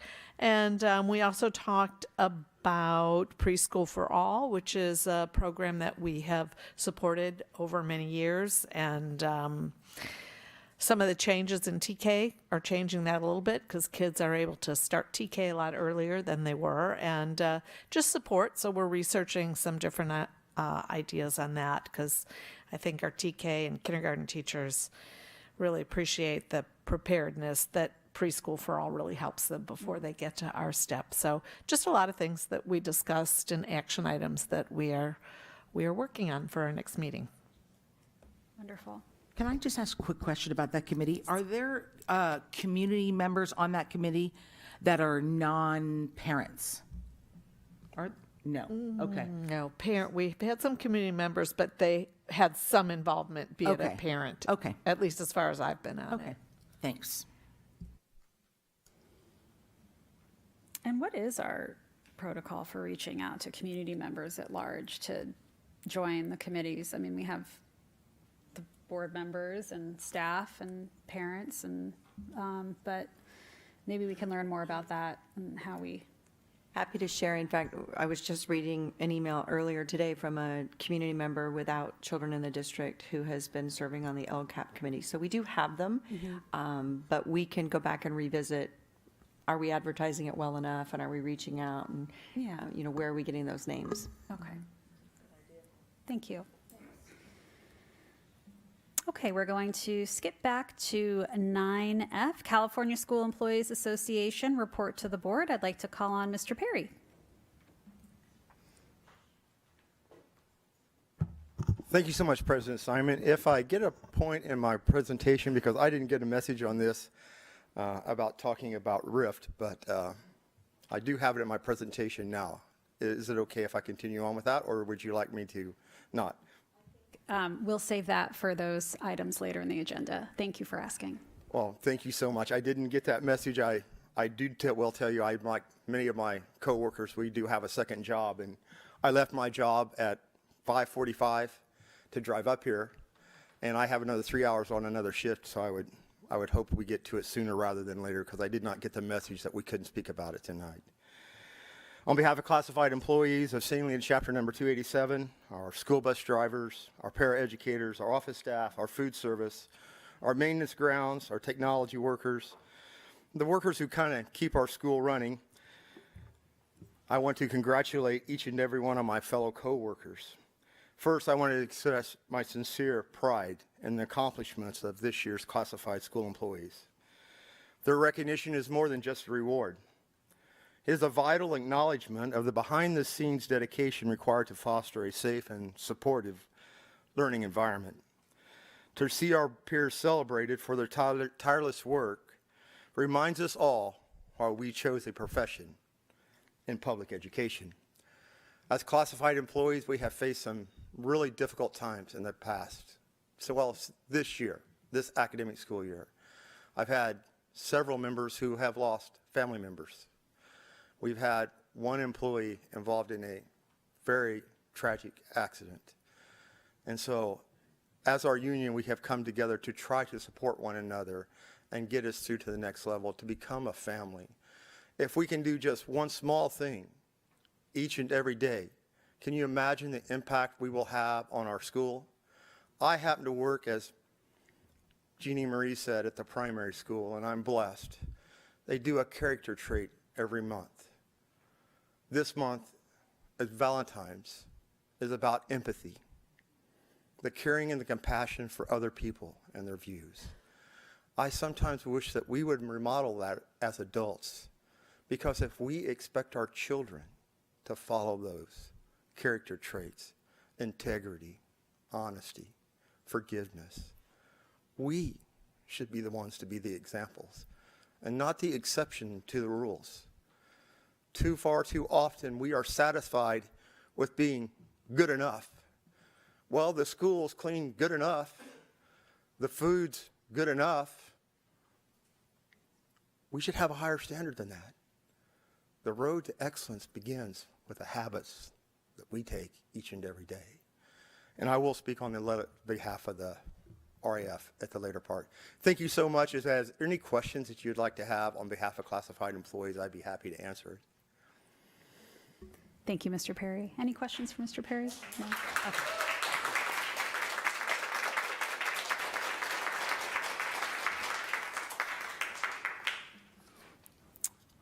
Okay. Items, 9, G, H, I, and J are the written reports from the site principals. And as always, we appreciate you compiling those for us and highlighting students and parents. Thank you very much. We're going to move on to business operations. 10A, review and consider approval of the 2024-25 audit report. I'd like to call on Dr. Vang. Thank you, President Simon. So I'm bringing forth last year's audit report for the fiscal year ending June 30th, 2025. Normally, I would have brought this to you last month. However, if you recall, we had to ask for an audit extension due to the fact that there was a delay in the release of the Federal Office of Management and Budget, OMB, Audit Compliance Supplement. And now that we have that report, our auditors, Christie White and Associates, were able to complete our audit.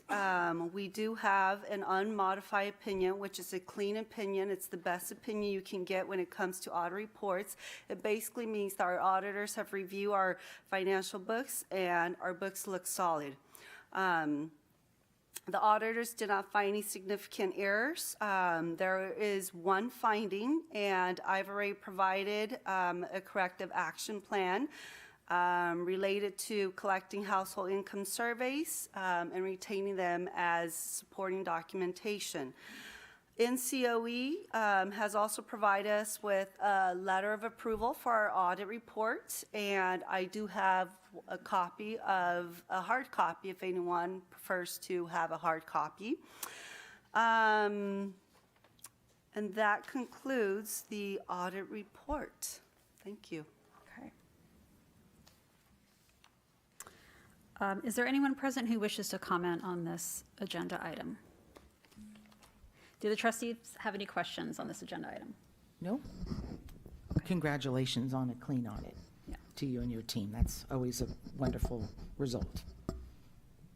Okay. Is there a motion to approve the 2024-25 audit report as presented? I'll make that motion. Andy, would you like to cast a preferential vote? Yes, I would. Great. Is there a second? I'll second. All those in favor say aye. Aye. All those opposed say no. Motion carried. 10B, consideration and possible approval of Resolution 25-22, adopting and approving the associate membership agreement joining the Education Technology Joint Powers Authority. Dr. Kaving. Thank you. The district has an interest in becoming a member of the Education Technology Joint Powers Authority, also known as the EdTech JPA. By becoming a member, the district can leverage contracts that have already gone through the request for proposal or RFP process, and this will allow us to leverage these contracts and get better pricing and discounts for technology goods Currently, this EdTech JPA consists of 223 member agencies all throughout the state of California. There is no cost to join. Savings is anticipated due to nature of consortium pricing. So again, whatever RFP contracts are out there, we can leverage those and get the same consortium pricing. Bottom line is we reap the benefits by leveraging these contracts. And so again, we are seeking the board's approval for the district to become part of this JPA. Thank you. Okay. Is there anyone present who wishes to publicly comment on this agenda item? Do the trustees have any questions about this agenda item? No. Okay. Is there a motion to approve Resolution 25-22 regarding entering into an energy service design build contract pursuant to Government Code Section 4217.10 as presented? I'll make that motion. Andy, would you like to cast a preferential vote? Yes. Is there a second? I'll make a second. All those in favor say aye. Aye. All those opposed say no. Motion carried. Okay, at the beginning of the meeting, we pulled facility items 11A and 11B, so we are going to move on to human resources, 12A, and I'd like to call on Mr. Heller. Yes, the governing board is asked to consider reduction of particular kinds of service for certificated staff in Resolution 2523. If approved, district staff will prepare initial layoff packets for each employee in the resolution. As this is a preliminary notice of potential layoff, the board would need to take final action no later than May 15th of 2026. As we have comments and discussion on this item, the final vote will be taken by roll call conducted by me. Okay? Mm-hmm. Okay. Is there anyone participating who wishes to publicly comment on this agenda item? Please come on up. I would like to remind you that our public comments are to, we have 3 minutes for each public comment. Thank you.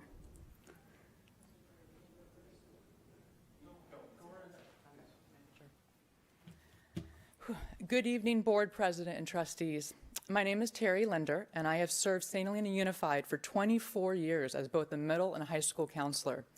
This is the first time I have spoken in front of the board in this capacity, and is also the first time I've written a letter for public comment. I did so because I am deeply concerned about the possibility of losing a full-time high school counselor, and I feel a responsibility to speak up.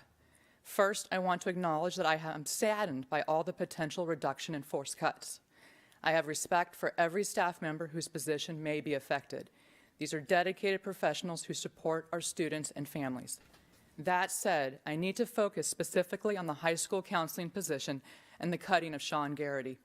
Under the current proposal, St. Helena High School can move from 2 full-time counselors to either 1 full-time counselor or a model where a counselor is split between the high school and middle school. Either scenario significantly reduces the support our students and families receive. High school counseling is both complex and intensive. We manage a wide range of responsibilities, including graduation tracking, transcripts, master scheduling, AP and standardized testing coordination, college applications, financial aid guidance, crisis response, daily academic and social emotional support, dual enrollment, and coordinating our robust scholarship program. This list is not exhaustive. It represents just a sample of the work we do. In addition, we serve students with IEPs, 504 plans, English learners, and those who are academically at risk. Supporting these students is time-intensive, requiring frequent monitoring, careful coordination, thorough documentation, and individualized attention to ensure their success. Our work at St. Helena High School is relationship-based. It depends on consistent presence, collaboration with teachers and administrators, and time to build trust with students and families. Moving to 1 counselor or splitting a counselor between sites would reduce availability, slow response time, and shift the program from proactive and relational to reactive and procedural. Experience matters a lot in our position, and Sean Garrity brings 20 years of high school experience. He's calm in crisis, organized, and focused on what's best for kids. His expertise ensures that complex responsibilities from post-secondary planning to testing are managed effectively.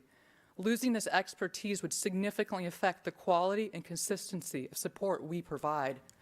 I understand the district faces fiscal challenges, but there are other ways to address budget concerns than eliminating positions that directly impact daily student support. I respectfully ask you to reconsider this proposal. Counseling is not peripheral. It is central to how students stay on track, feel supported, and successfully transition into adulthood. Thank you.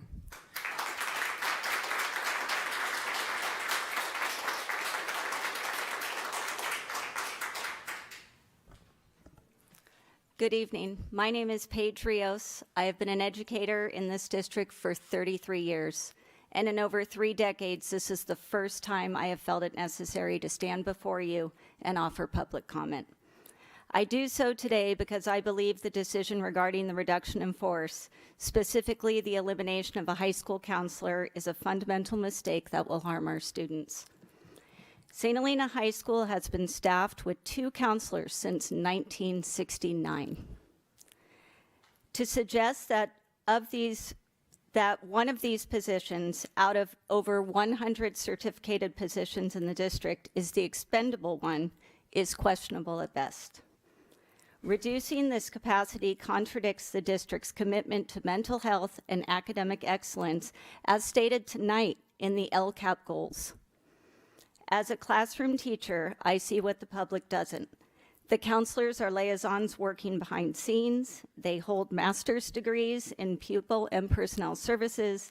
They are the ones who inform my interactions with struggling students and guide us through staff challenges.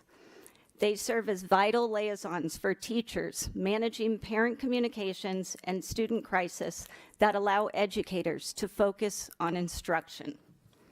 Splitting a counseling position between SHHS and RLS will result in a loss of continuity. High school counseling requires specialized, site-specific knowledge that cannot be effectively shared with a decline in the service quality. We also heard tonight about the AP program honor roll. Sean Garrity is our AP coordinator. I also want to address the financial justifications of the RIF provided to the teachers in a letter last Friday. It was mentioned in the letter that employee costs account for over 80% of our budget.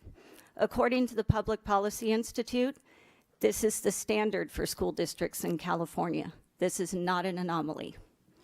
Furthermore, the administration cited projected for decreased property tax revenue. A smaller increase is not a decrease. We're talking about percentages here. We would have to get reductions in our property tax bills. There is a better way. The district stated also in that letter that they wanted to focus on attrition first. Natural attrition is coming. I am one of several teachers in the district planning to retire in June 2027. If we can just wait a year, these budget adjustments will happen naturally and painlessly. We have a solid reserve. If the situation is truly as dire as presented, I urge you to tap into that for 1 year to bridge the gap. Once a certificated position is eliminated, I believe there's a moratorium for hiring anyone else in that position for over 3 years. Why make a short-sighted decision that degrades student services when a natural solution is months away?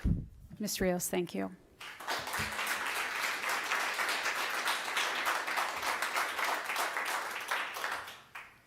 All right, good evening, trustees. Mark Wilsdorf, president of the SHTA. According to the assessment of the first interim budget of SHUSD by the County Office of Ed, published on January 30th, the district is in sound financial ground. Evidence noted in their assessment is that the district has a primary reserve of $5.3 million, a secondary reserve of $9 million. To quote the county superintendent, this gives the district the, quote, flexibility to navigate potential fiscal challenges. Yet, tonight, the board will be considering to initiate a reduction in force. A claim is being made that the district is facing pressures that were not the making of those who would be affected. These pressures set aside what matters most in education, the human element. The human cost will be real, and it will be profound. People will lose their jobs. Counseling staff will be reduced for the first time in 56 years. There will be fewer counselors in a time of higher student needs. This is not in students' best interest. Thank you.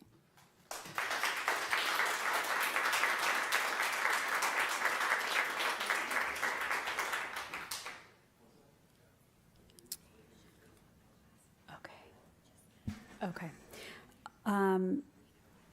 I think he does. Okay. Is there anyone else participating who wishes to publicly comment on this agenda item?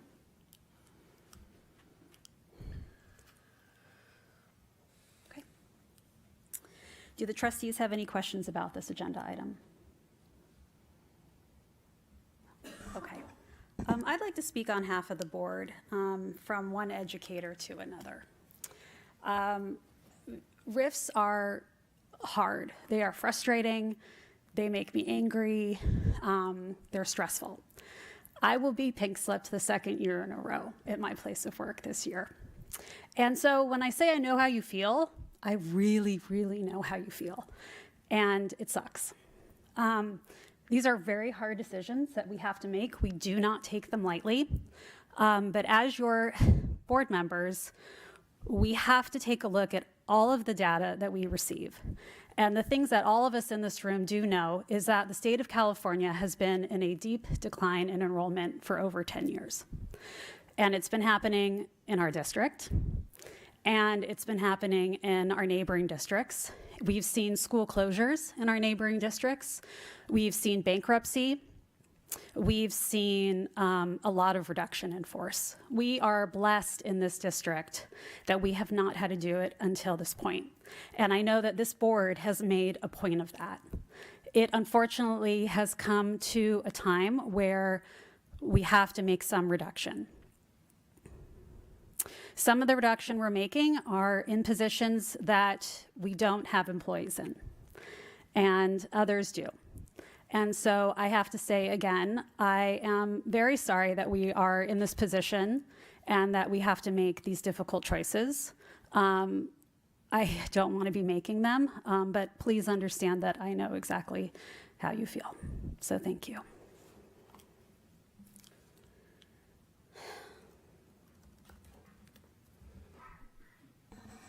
Is there a motion to approve the adoption of Resolution 25-23 as presented? Can I ask one just clarifying question? Sorry. Absolutely. This is preliminary, correct? Like Mr. Heller said, this comes back to us in May, at which point it would be, quote, become final, right? That's correct. Okay. And at that point, any follow-up information, plans, or whatnot comes to us at that time as well. Okay, thank you. Do the trustees have any other questions on this agenda item? Okay. Is there a motion to approve the adoption of Resolution 25-23 as presented?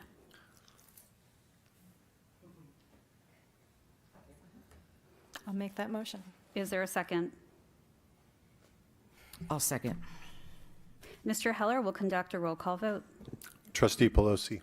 Aye. Trustee Wolf. Aye. Trustee Mora. Aye. President Simon. Aye. Motion carried. 12B, consideration of and possible action on Resolution 25-24 regarding classified reduction in force. Mr. Heller. The governing board is asked to consider a reduction of classified staff in Resolution 25-24. If approved, district staff will prepare initial layoff packets for each employee in this resolution. As this is a preliminary notice of potential layoff, the board would need to take final action at a future board meeting no later than May 15th, 2026. Again, after any comments, the final vote will occur in a roll call conducted by me. Okay. I apologize, my computer. Is there anyone participating who wishes to publicly comment on this agenda item?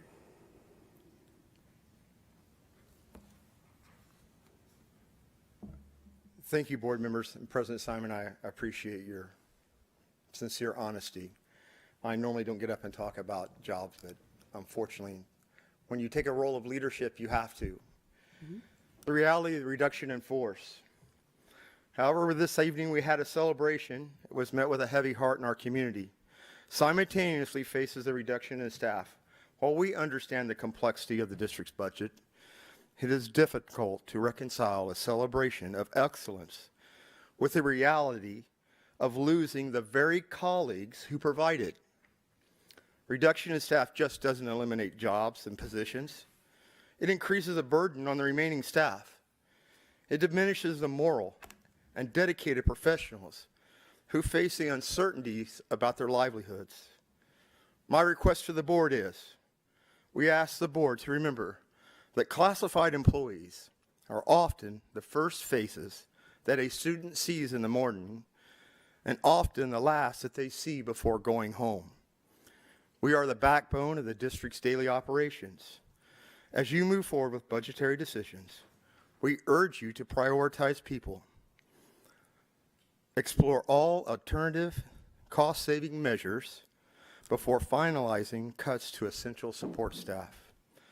Provide clear communication regarding the criteria used for these reductions.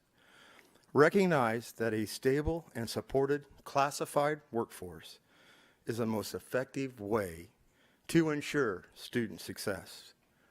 We stand ready to work with you to find a solution to preserve the integrity of our schools while honoring the commitment of every employee, those being recognized here today and those that are fearing losing their positions tomorrow. Thank you so much.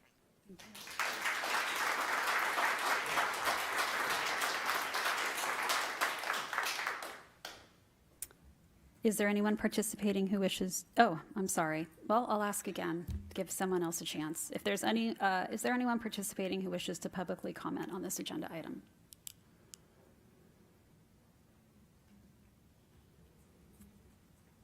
Do the trustees have any questions about this agenda item? Do not.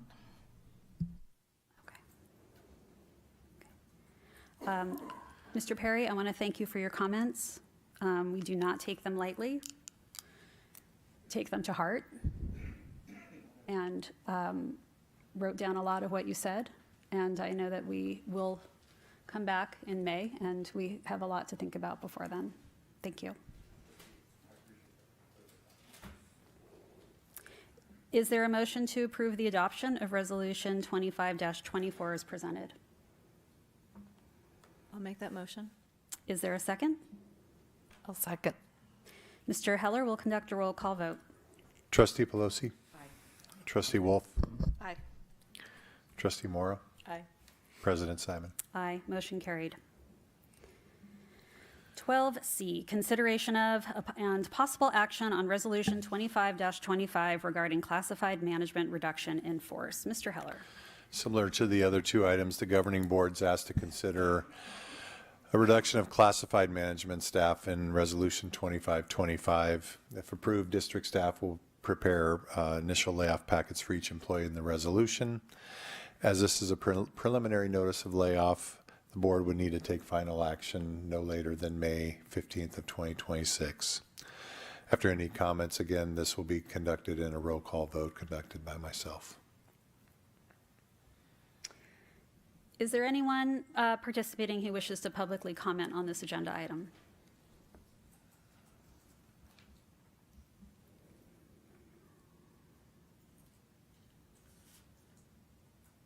Do the trustees have any questions on this agenda item? No. Okay. Is there a motion to approve the adoption of Resolution 25-25 as presented? I'll make that motion. Is there a second? I'll second. Mr. Heller will conduct a roll call vote. Trustee Pelosi? Aye. Trustee Wolf? Aye. Trustee Morrow? Aye. President Simon? Aye. Motion carried.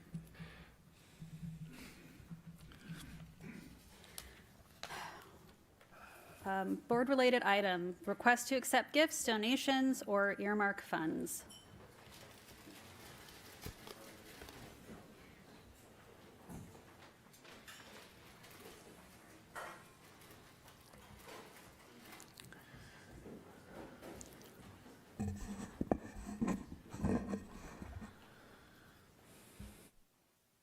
I'm just going to wait 1 second.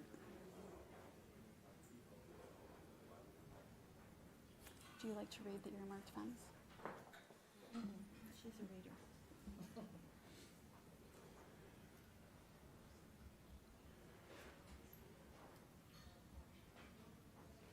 I'd like to call on Trustee Wolf to share with us the gifts, donations, and earmark funds for the district. Thank you. The board is asked to accept with gratitude the following donations toward Robert Louis Stevenson Middle School.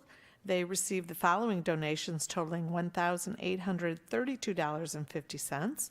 That included a $1,000 donation from Laura Lee and Randall Dunn toward the band department, and $832.50 from REB Engineering toward the RLS track.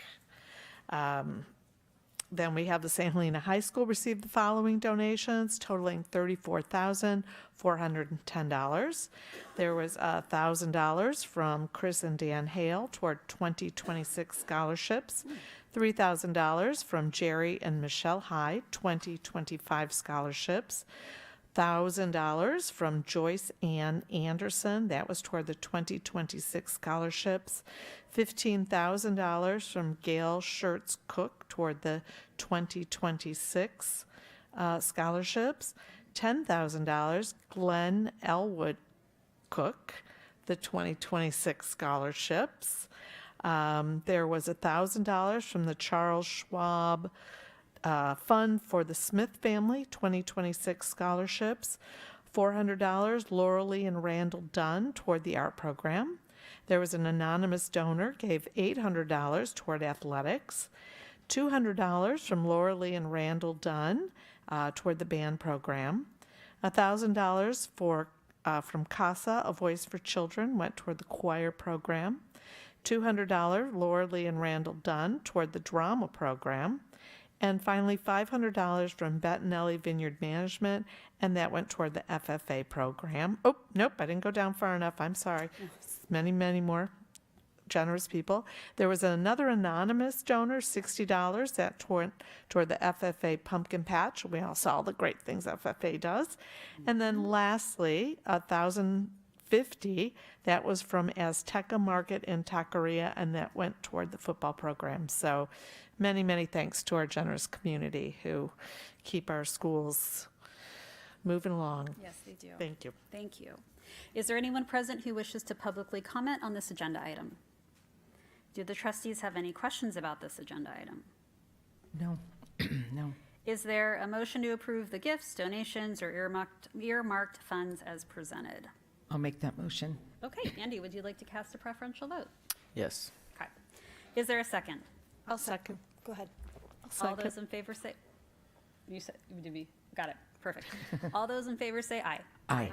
All those opposed say no. Motion carried. Okay, we're going to move on to the consent agenda. The consent agenda, hold on one second. It contains routine items judged as appropriate to be acted upon in one motion. If a board member requests that an item be removed from the consent agenda, the item will be considered under discussion action items. Is there anyone present who wishes to publicly comment on this agenda item? Do the trustees have any questions about this agenda item? No. No. Okay. Is there a motion to approve the consent agenda as presented? I'll make that motion. Is there a second? I'll second. All those in favor say aye. Aye. All those opposed say no. Motion carried. We're moving on to future agenda items. As we take a look at next month, we will have an Adopt a School presentation by Trustee Mora from the elementary school, and we will have the superintendent evaluation progress report. We will have a lovely presentation from the orchestra. And is there anything else that the board members would like to add to the agenda? Just a couple of things. I see it says a board study session, but we may not have that in March, so there may be a new date on that. I think we're currently working on a date. We've had some trouble coordinating your calendars. Okay. But this is on our governance calendar as a study session, the second one of the year on student achievement. Okay. Okay. And then we're going to also bring back the flag football request. Absolutely. Okay. Thank you. And then I see Run Big is on there, but maybe we can see if Ms. Lopez could come back and just do, March 12th, that's plenty of time. So, since it's a year-long fundraiser now. It is. So, that would be my, my comments. Great. If we had room for it, I might suggest a little brief presentation from the 150th about all the great things that are going to be happening, because especially we're trying to encourage the district to participate in the parade that we're having, and March 24th is actually the birthday party for the community, so might be timely. Have a quick presentation on that if we can fit it in the agenda. Do you know anyone that could do that? I think I would volunteer Caroline Palmisano to give that talk. Okay. Is the annual report Up Valley Family Center, is that a written report, or will we have someone here for that? I think we've gone to an every other year written and then in person, and off the top of my head, I don't no. recall Okay. last year. But which it's every other year. Last year was written, so she Okay. would come in person. Okay, great. Okay. Any other comments, trustees? No. No? Andy? I'm all good. You're all good. Great. Enjoy your long weekend. Okay, adjournment. Is there a motion to adjourn the meeting? I'll make that motion. Andy, would you like to cast a preferential vote? Yes, I would. Is there a second? I'll second. All those in favor say aye. Aye. All those opposed say no. Motion carried. Meeting ended at 8:21 p.m. Thank you, everyone. Have a safe drive home. Thank you.